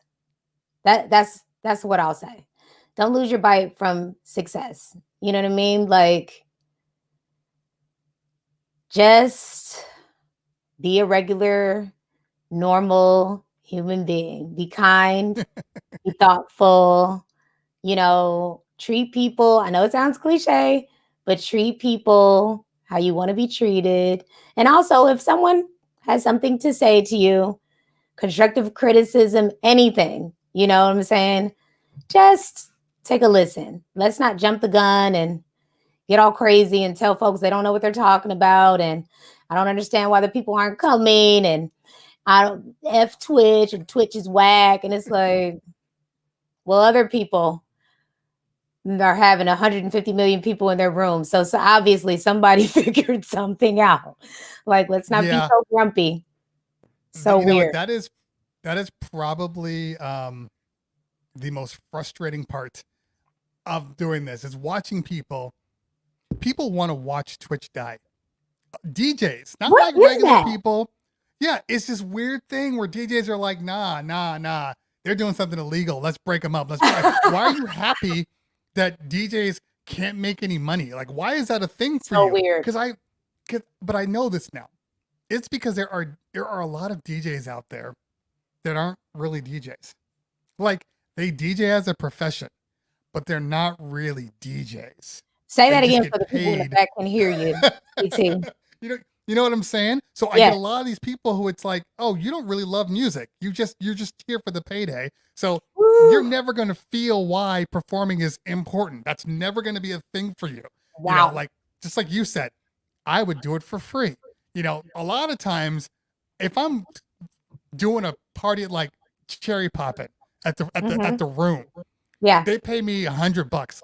I'm not there for the money. I'm there No. because there's a whole bunch of people that just love to vibe out, and I can play whatever the hell I want, and they're gonna be with me the whole And time. this party's been going on for 20 years, and people want to dance and drink, and it's a Exactly. community vibey Yes. feel. Exactly. So I know that there are people out there that just they're no fun. They don't have any fun in them. And so because like all the time I'm watching, like every time when you're on Instagram, that's not gonna last. That's not gonna last. Twitch, that's not gonna last. It's illegal. And just wait till they all fall out. And I'm gonna give them I told you so. I'm like, what? Why? I don't get Why? it. Why do you have to? Yeah, you know, it's like we DJs have been bootlegging and breaking the law since we started. Facts.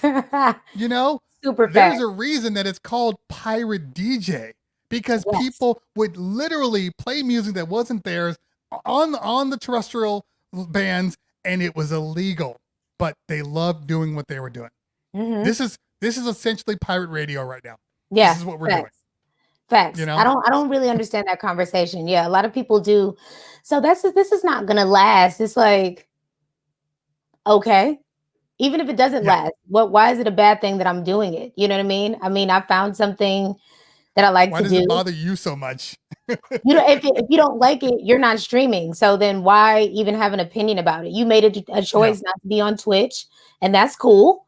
I feel like it's kind of like that vibe of how people want to pit the club DJ against the wedding DJ. Like you're somehow less Yeah. of a DJ Right. because you don't do the type of parties that they do, or you're not booking. Like it's a weird thing. It's really weird. Oh, you know Super what? weird. But I'm gonna tell people the facts right now. Okay, I have been doing corporate and clubs and private for a long time.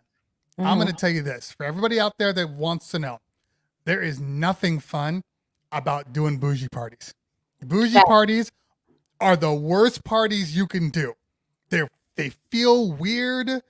Nope. Nobody's there to have a good time. It's all about looks. Nobody cares. They don't want to do anything. There's It's a dance floor. request-a-thon, okay? And that Yes, gets on my nerves. exactly. Yeah. So for people that are like, oh well, I'm the DJ to the stars, then you're not really DJing, in all honesty, because they're not really No. going off. You No. know. So you're Because better off when you doing them DJ low for the dollar Grammys, ones. they're not asking you to be your most creative. They're like, here are the songs. Exactly. These are the Yes. artists. Here are the songs we have licensed. Play these songs. Exactly. Exactly. Yeah. So I always laugh at people, but then again, the same thing applies to club DJs. There's nothing greener on the other side. The only difference is, well, like a club DJ, everybody knows, depending on the club, you get paid bullshit, and you get paid with, with no money and exposure. Mm, That's just the facts that we live in. At least with facts. private events, you're getting paid what you're worth. So And you're not everybody even, that's and like, you're literally probably playing 45 minutes the entire time of the 3 hours that you're there. exactly. So it's always bothers me when people are like, "Oh, I would never do private events." I'm like, why? I'm getting But you're paid working 10 times your less, rate. you're working less for more money, Yes. Right. much more money. But And you're going to get your money and they're going to pay you in advance. And they're and going they're to going pay to you book in you advance. again if everything goes seamlessly. Exactly. And then you're going to have a client that keeps calling you and keeps calling you and keeps calling you. Yeah. So Sorry. you work RTX at the said, I'm club. not having to use a dolly on Twitch. That's facts. That is facts. I don't That miss all the looking equipment right now. But no, the gear look, part of it is crazy. yeah. But here's the thing. I mean, like for me as a multi-op, I'm not making the money that I normally do. Doing it. I mean, look, if I'm Angie V, hey, all bets are off. Mhm. But I'm not that guy. So I still need my company to come back into the real world. It's Yeah. just it's just where we are. Mhm. Oh, I have I'm gonna name drop. I have a 1 o'clock with Bose today. They want me to Oh, review some of their products. Yeah, mm, yeah. That's the one thing. fancy. Well, that's the one thing I will say about this year. You said it's presented yourself with a whole bunch of opportunities, and Yeah. it's 100% facts. This quarantine has probably been the worst and the best for DJs out there.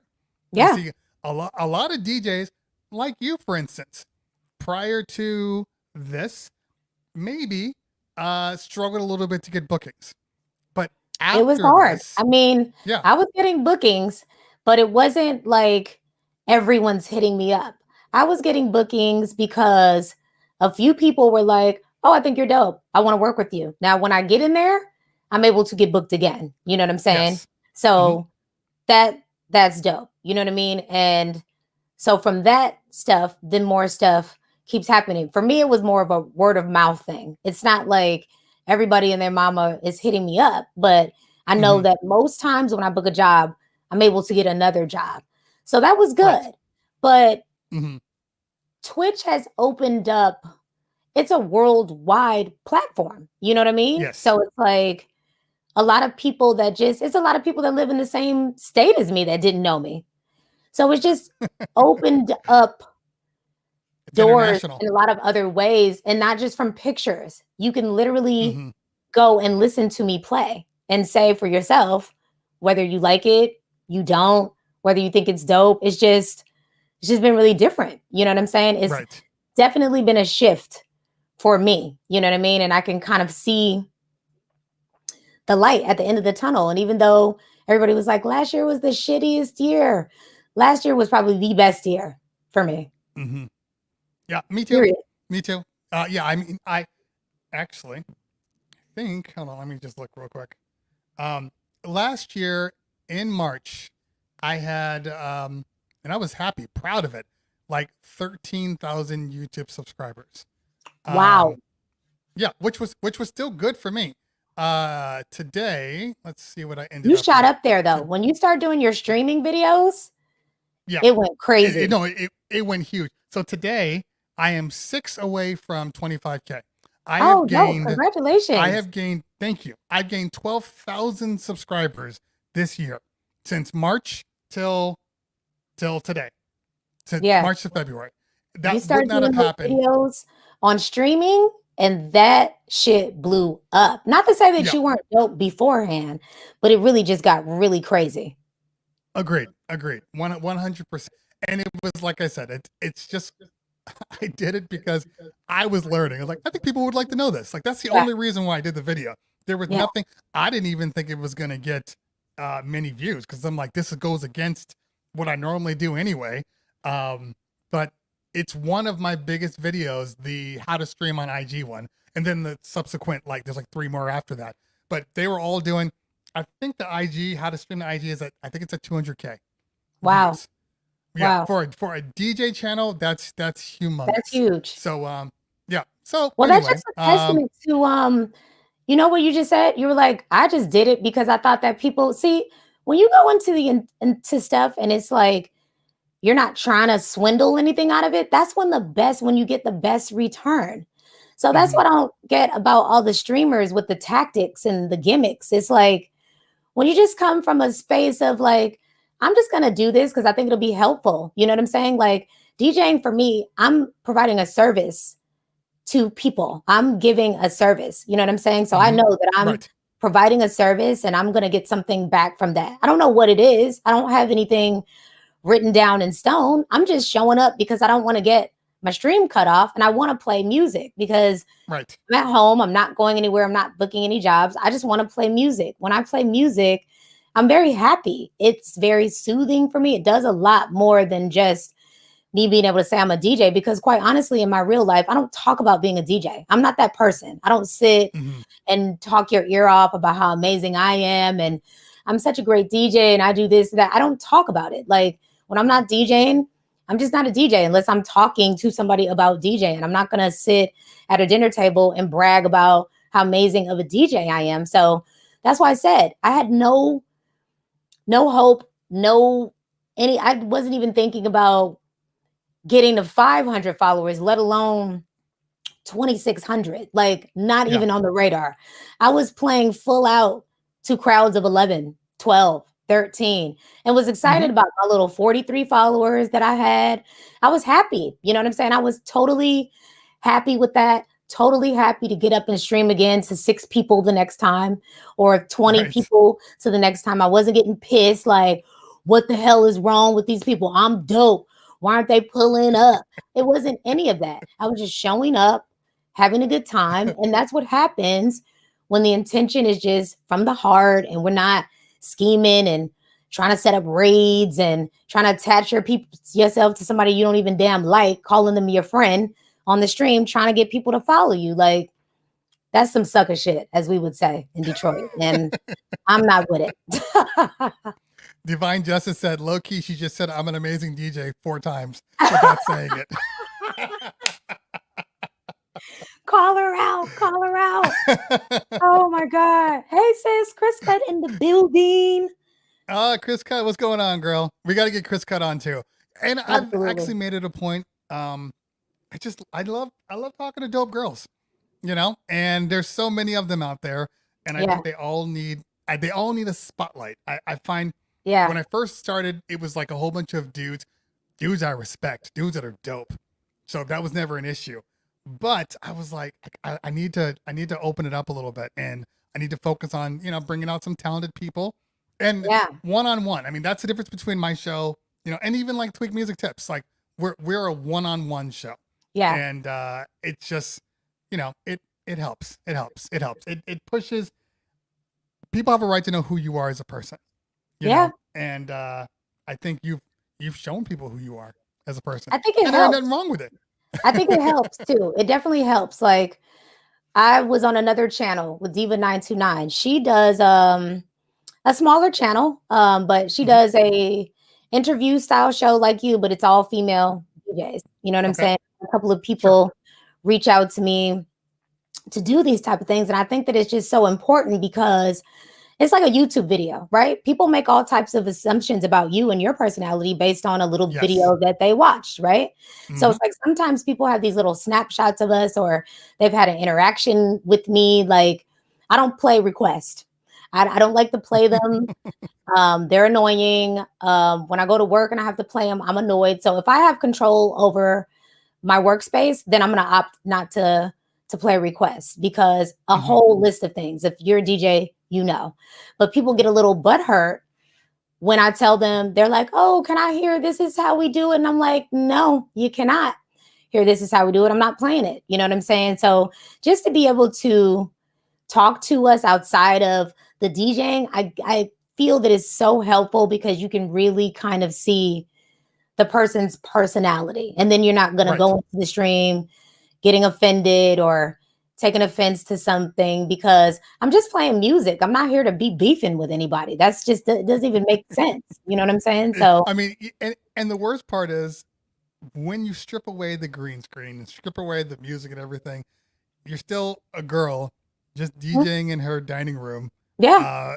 For nobody. You know Yeah. what I mean? It's like, we got to remove, it's like, so why I'm angry in my own house? Like, you got me angry and bitter in my own house? Like, I'm supposed to go to my house and be able to like shut the door and be like, finally I'm home. Yes. You know what I mean? So yes. I get that. You don't want that BS. And no. more power to you. These platforms like really help.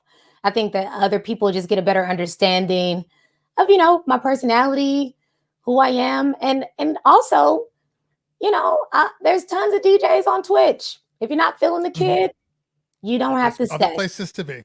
It's a ton of other places to be. Yeah. Well, you can get to my size, and people will start calling you a sellout because you didn't beat down a gear review. Everybody just expects, you know what I mean? It's like, I'm at a point now in my life where I'm at a point now with most electronics that I get in my house, they send me. There are few and far between shoddy products. Like, every product that's come out lately has been pretty much good. Like, if you got that product, you wouldn't complain about it. So it's really hard to be overly petty or overly picky about things when I know that ultimately it's a product that most people are going to like. You know what I mean? So it's like, people want your videos. I mean, you've been pretty transparent about the things that you think don't work. Like, oh, this switch, it's not easy to access. You know, I mean, what do they want you to? Yeah, I don't know sometimes. So yeah, but that's the point though. It's like, at a certain point you have to go, you know what? Like, I'm all for criticism. I'm all for, oh, you know, why was your camera doing that weird thing? Oh, you're right. I had it on autofocus, blah, blah, blah. But when you start to question, like, if I'm doing something just because as a political video and I don't want to piss anybody off, you're not really watching me. Yeah. Because I'm not an asshole when it comes to reviews. I've never been an asshole, but I will tell you, this is a problem. This is what I don't like. This is why it doesn't work for me. This is how I would maybe fix it in the future. But I've always been that way. And especially with Rain. If people looked at my other Rain videos, like the Rain 72 video, or even the Rain 12, it's like, I was hard on them.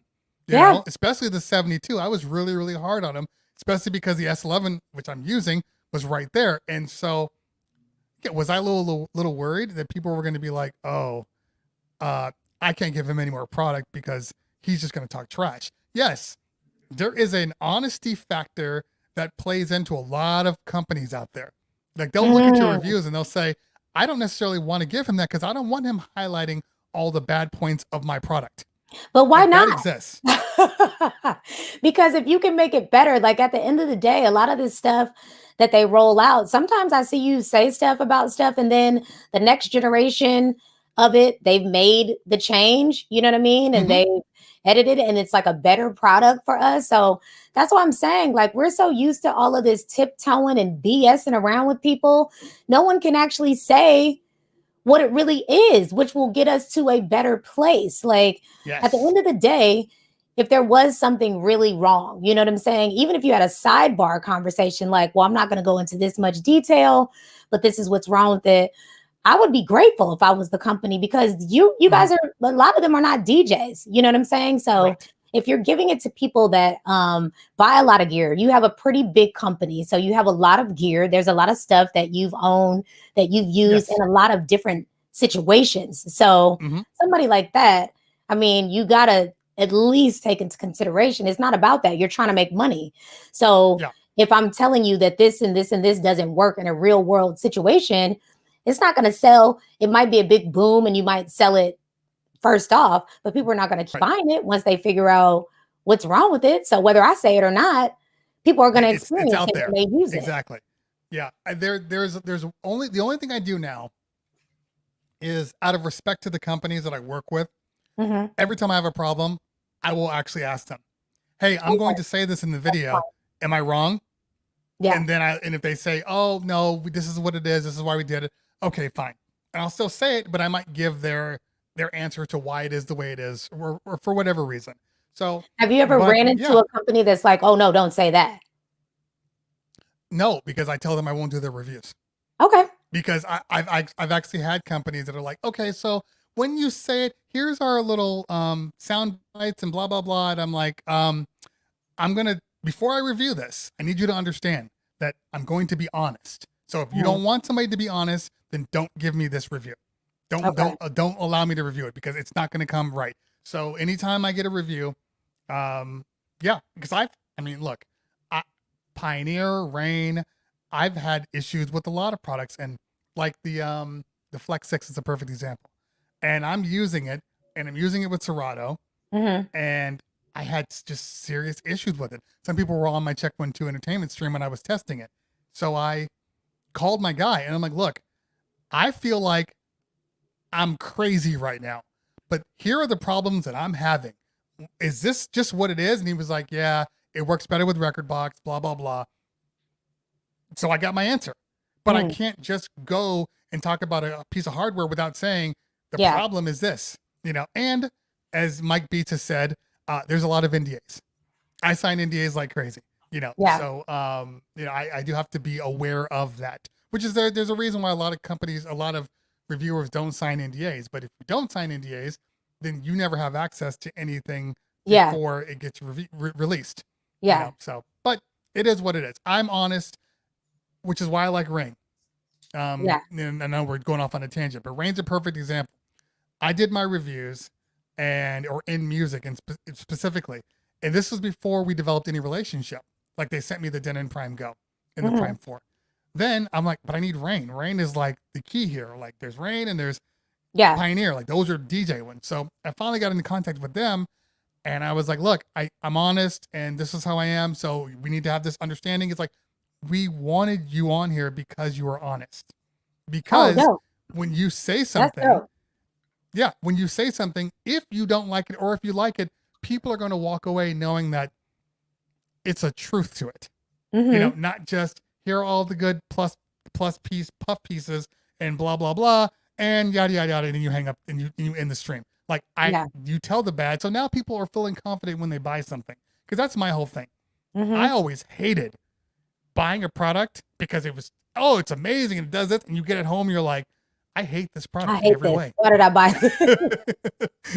You know what I'm saying? So I try to just tell people, hey, look, just so you don't go into this thinking it's something that it's not, I need you to realize, because, you know, and if you're just a new DJ, maybe it won't matter, but all you old people, this is going to be an issue for you, you know? So everybody's different. Everybody has because their thing. gear is expensive too. So you don't want to just jump out on a limb and spend $1,500 on something or $2,000 on something and it's not a right fit for you. You know what I mean? It has to be the right fit for you. The DJ and stuff, the gear is not cheap.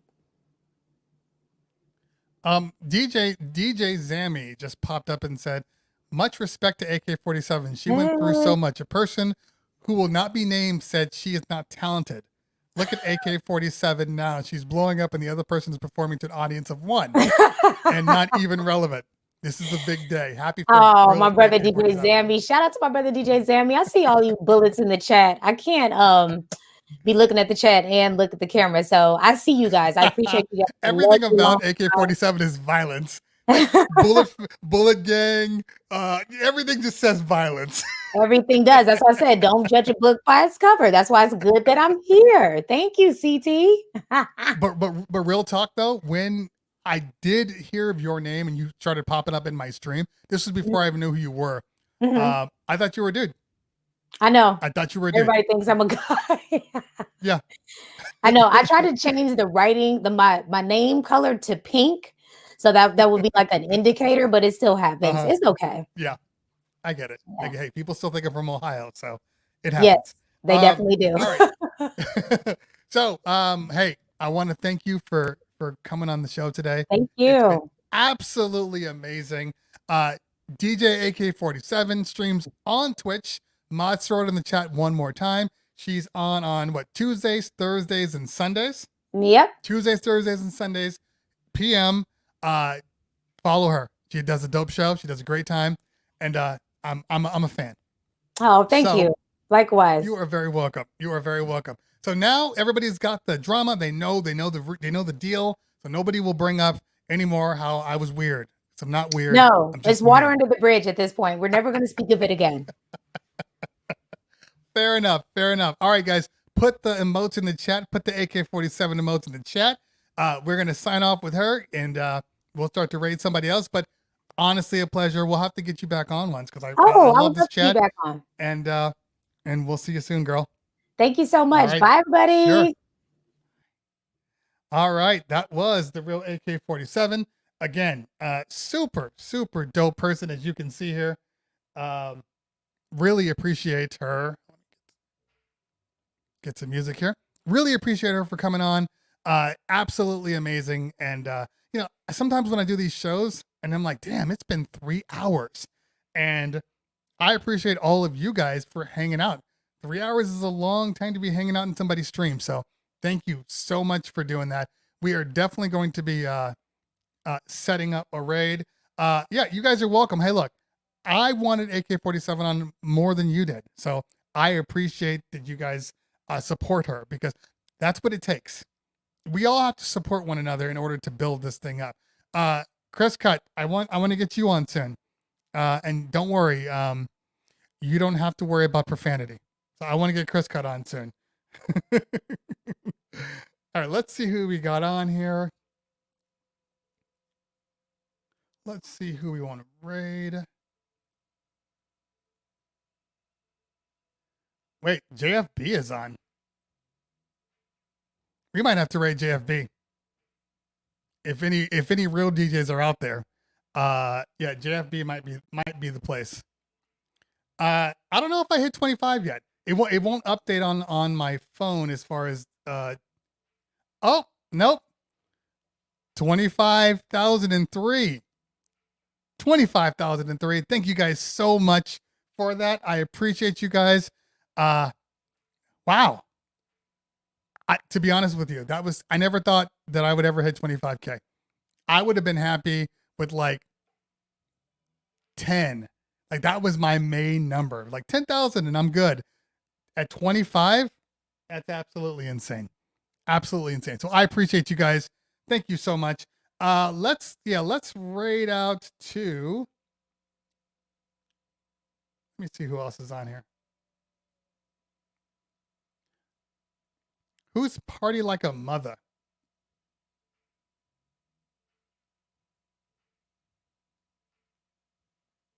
I'm trying to listen. Yeah, we're not doing that. Okay. Let's raid JFB. All right, let's get this going here. Let's get this going before we lose too many people here. Did we just get a hype train started? Level 1 hype train complete. DJ Reese with the 200 bits. Rico Steves with the bits. SMC with the bits. Chaos Jones with the subscription. Thank you for the 4 months. Appreciate you. Let's see Chris Cut with the bits.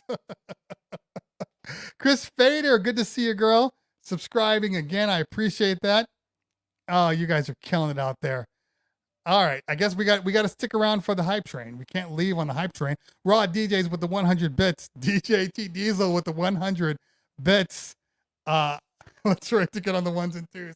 I would love to DJ today, but I actually can't. I had a 1 o'clock meeting with the business, so I have to. I got to keep it going. Got to keep it going.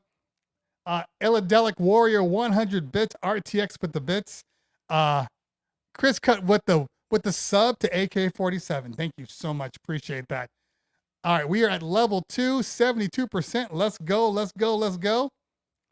Who else we got here? Bossy Chick with the 100 bits. Oh, you guys are killing it out there. You guys are killing it. Let's keep it up. Let's keep it up. While I figure out who we are going to raid.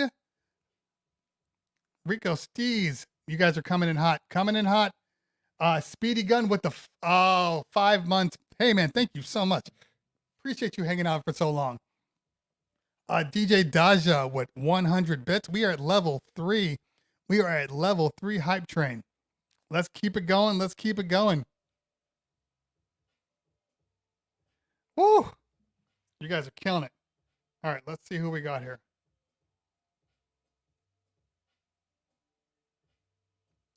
By the way, for anybody that is wondering, Wednesday I got DJ As Is on the stream.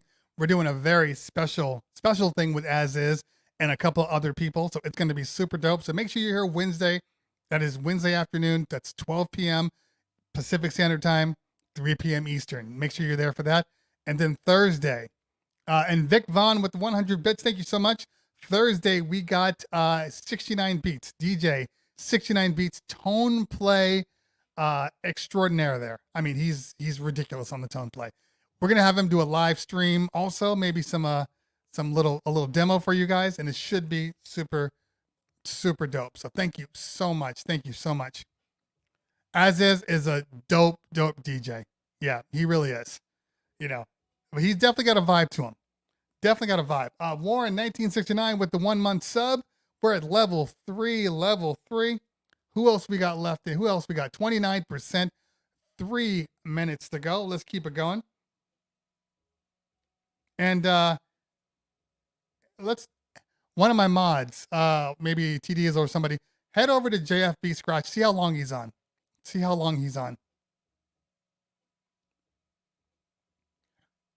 Or else we're going to do a Yacht Rock Monday with Darth Vader. Thursday afternoon, I will be on Thursday evening, I'll be on Darth Vader's movie stream. We're going to be talking about one of my favorite movies, which is Tombstone. Dave, get with it. Subscribe for 1 month. Thank you so much. Booski with the 100 bits. Thank you so much.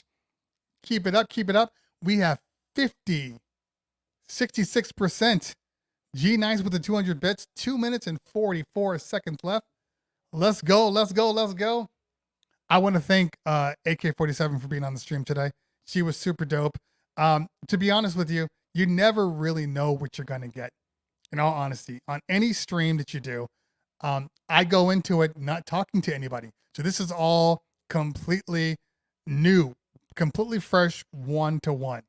So it's a challenge for me because of that, but it's also a totally good vibe because we learn together and everybody just kind of, it becomes more organic, and I like organic.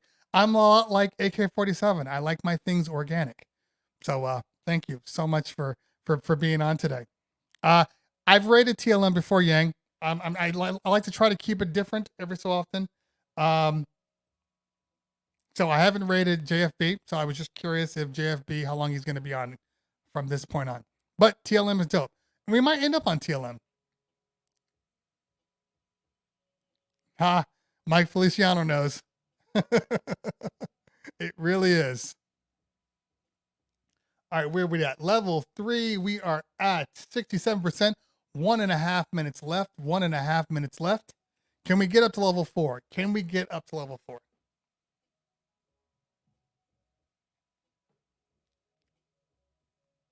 Yeah, if we get up to level 5, I'm not DJing today because I got a meeting at 1, but maybe I'll do another pop-up this week.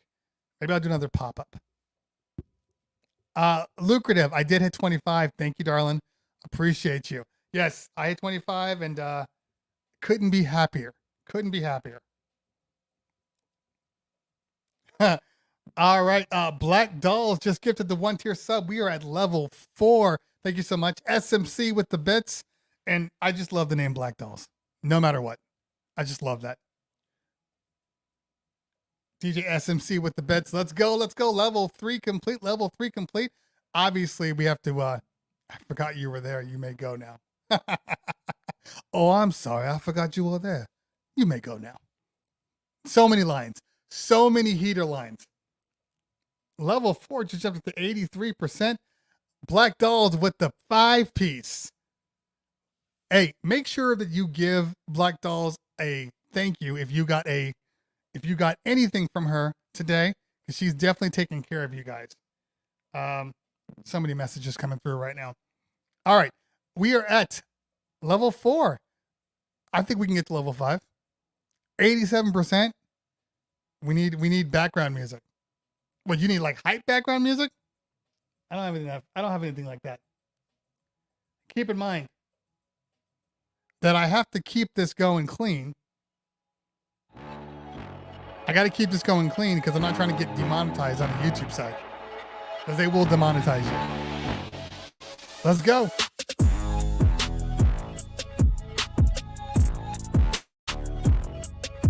3 minutes left. Level 4 hype train. To be honest with you, I actually thought it was on. We don't air horn on this channel. Sorry. No air horns for me.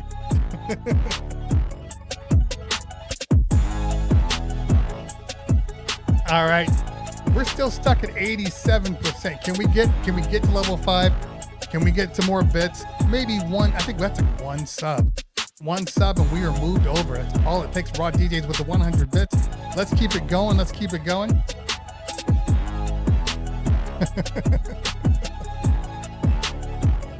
%. Can we get to level 5? Is that even possible?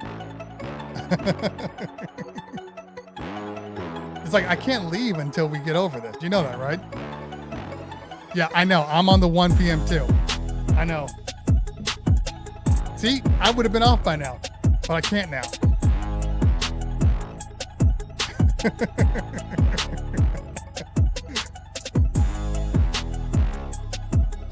All right, guys.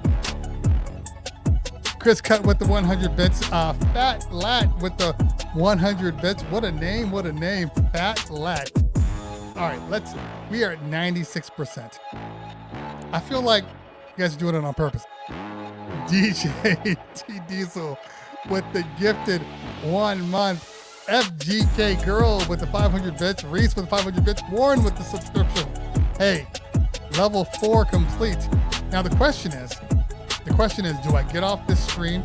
MC2J Man in the house. Do I get off this stream and get on my meeting? I still got 3 minutes left. Or do I try to get through this level 5 hype train? That's the question. That is the question. We're at 50%. You think at 50% we could get through that? You know, one of the frustrating things about being on here is that when you try to actually gift other people, you can't. All right, let's see. 50%. Make them wait. Make them wait. Yeah, you know who I am. This is Cleveland Terry. You're not giving me any money. I gotta stay where the money is. Oh man. All right, 3 minutes, 47 seconds left. In reality, 2 minutes. We're at 50%. I wish I could sub people. There used to be a way to send subs on your own channel, on your own app, but now they can't. At least I can't. I don't see it. All right, we just get a bump up. Feedback. What's going on, Feedback, with the 500 bits? 67%. Don't make me lose my Bose deal, people. This is like 2 subs right here. DJ Reese with the 200 bits. We are at 73%. Can we get it? Can we get it? I feel like that's like 2 subs. I feel like it's just 2 subs waiting to happen. That's it. 2 subs.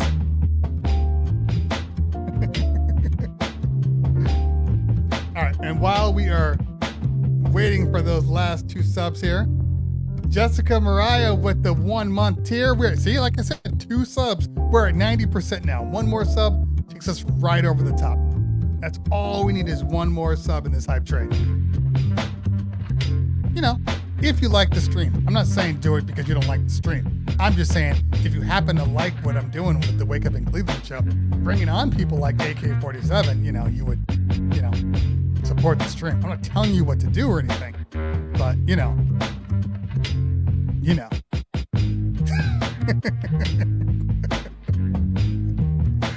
All right, let's see who we want to do here.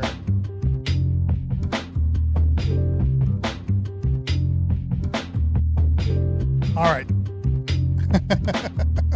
90%, 1 minute, 55 seconds left as I'm looking for, I just rated Spin Your Rita, so we can't raid her. Boom Bat Monday for Audio 1 is going to close out any second now, so we can't do that. And Raw DJs with that 1 tier community sub. We just hit it, guys. Level 5 hype train done. DJ Feedback with another 5 piece? Okay. Feedback needs his own emote. Feedback's killing it right now. He's killing it. DJ Mighty Rel in the house, so thank you so much. We actually still have 1 minute and 20 seconds left, and we're at 190%. So I'm never telling you when to stop, but I do know that I have to set up this raid right now. So let's see here what we're going to do here. We just raided Paris, so we're not raiding Paris. Let's raid JFB. We're going to raid JFB. Let's do that.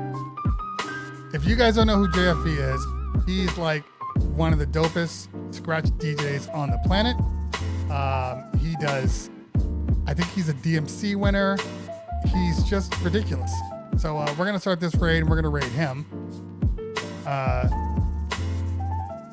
Just because. Now, if he isn't your vibe, I get it. But for most people, especially if you're a DJ, this is one of those things that's just super dope. He's dope. He's dope. And he says he's going in right now. So we're going to set up this raid in just a second. Why does it say 0 viewers are ready to raid?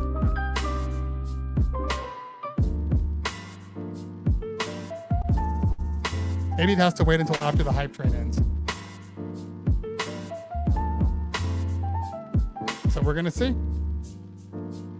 All right, let's see if it pops back up now. All right, hype train complete. Thank you guys for participating, everybody out there. And yeah, my raid disappeared. Huh. Let's try that again.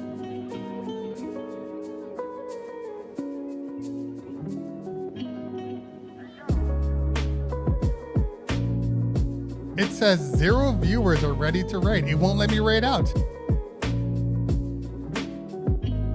Huh. It won't let me raid out. It's telling me only 0 viewers are raiding. I guess we can try, but there might be something broken with Twitch. Yeah, the numbers aren't building. It says 0 viewers. So I don't know if we're going to raid or not. Oh, he might not be accepting raids. You are right. Okay, then we won't be raiding him then. All right, well, he messed that up. So let's go raid. You know what? Let's raid Hits Danny. I mean, hi, it's Danny. I haven't raided Hits Danny yet. Let's raid him.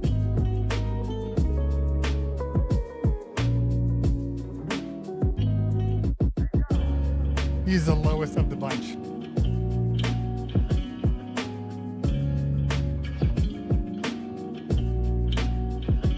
Nope. It says 0 viewers for him too. All right, well, we're going to see what's going on.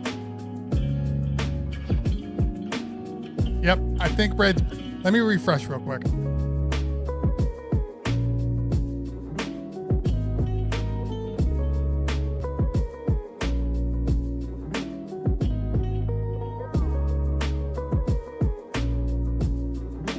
Yep, Twitch is broken. All right. So, hit Danny. We're going to see what happens when we just do the manual raid.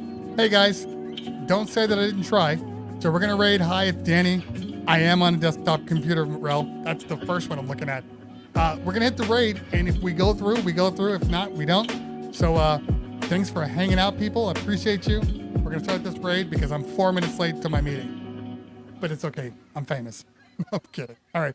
Guys, I'll see you on Wednesday. Wednesday, 12 o'clock. 12 p.m. We'll be on Wake Up in Cleveland with DJ As Is and some special guests. See you soon. Peace out. See if this works.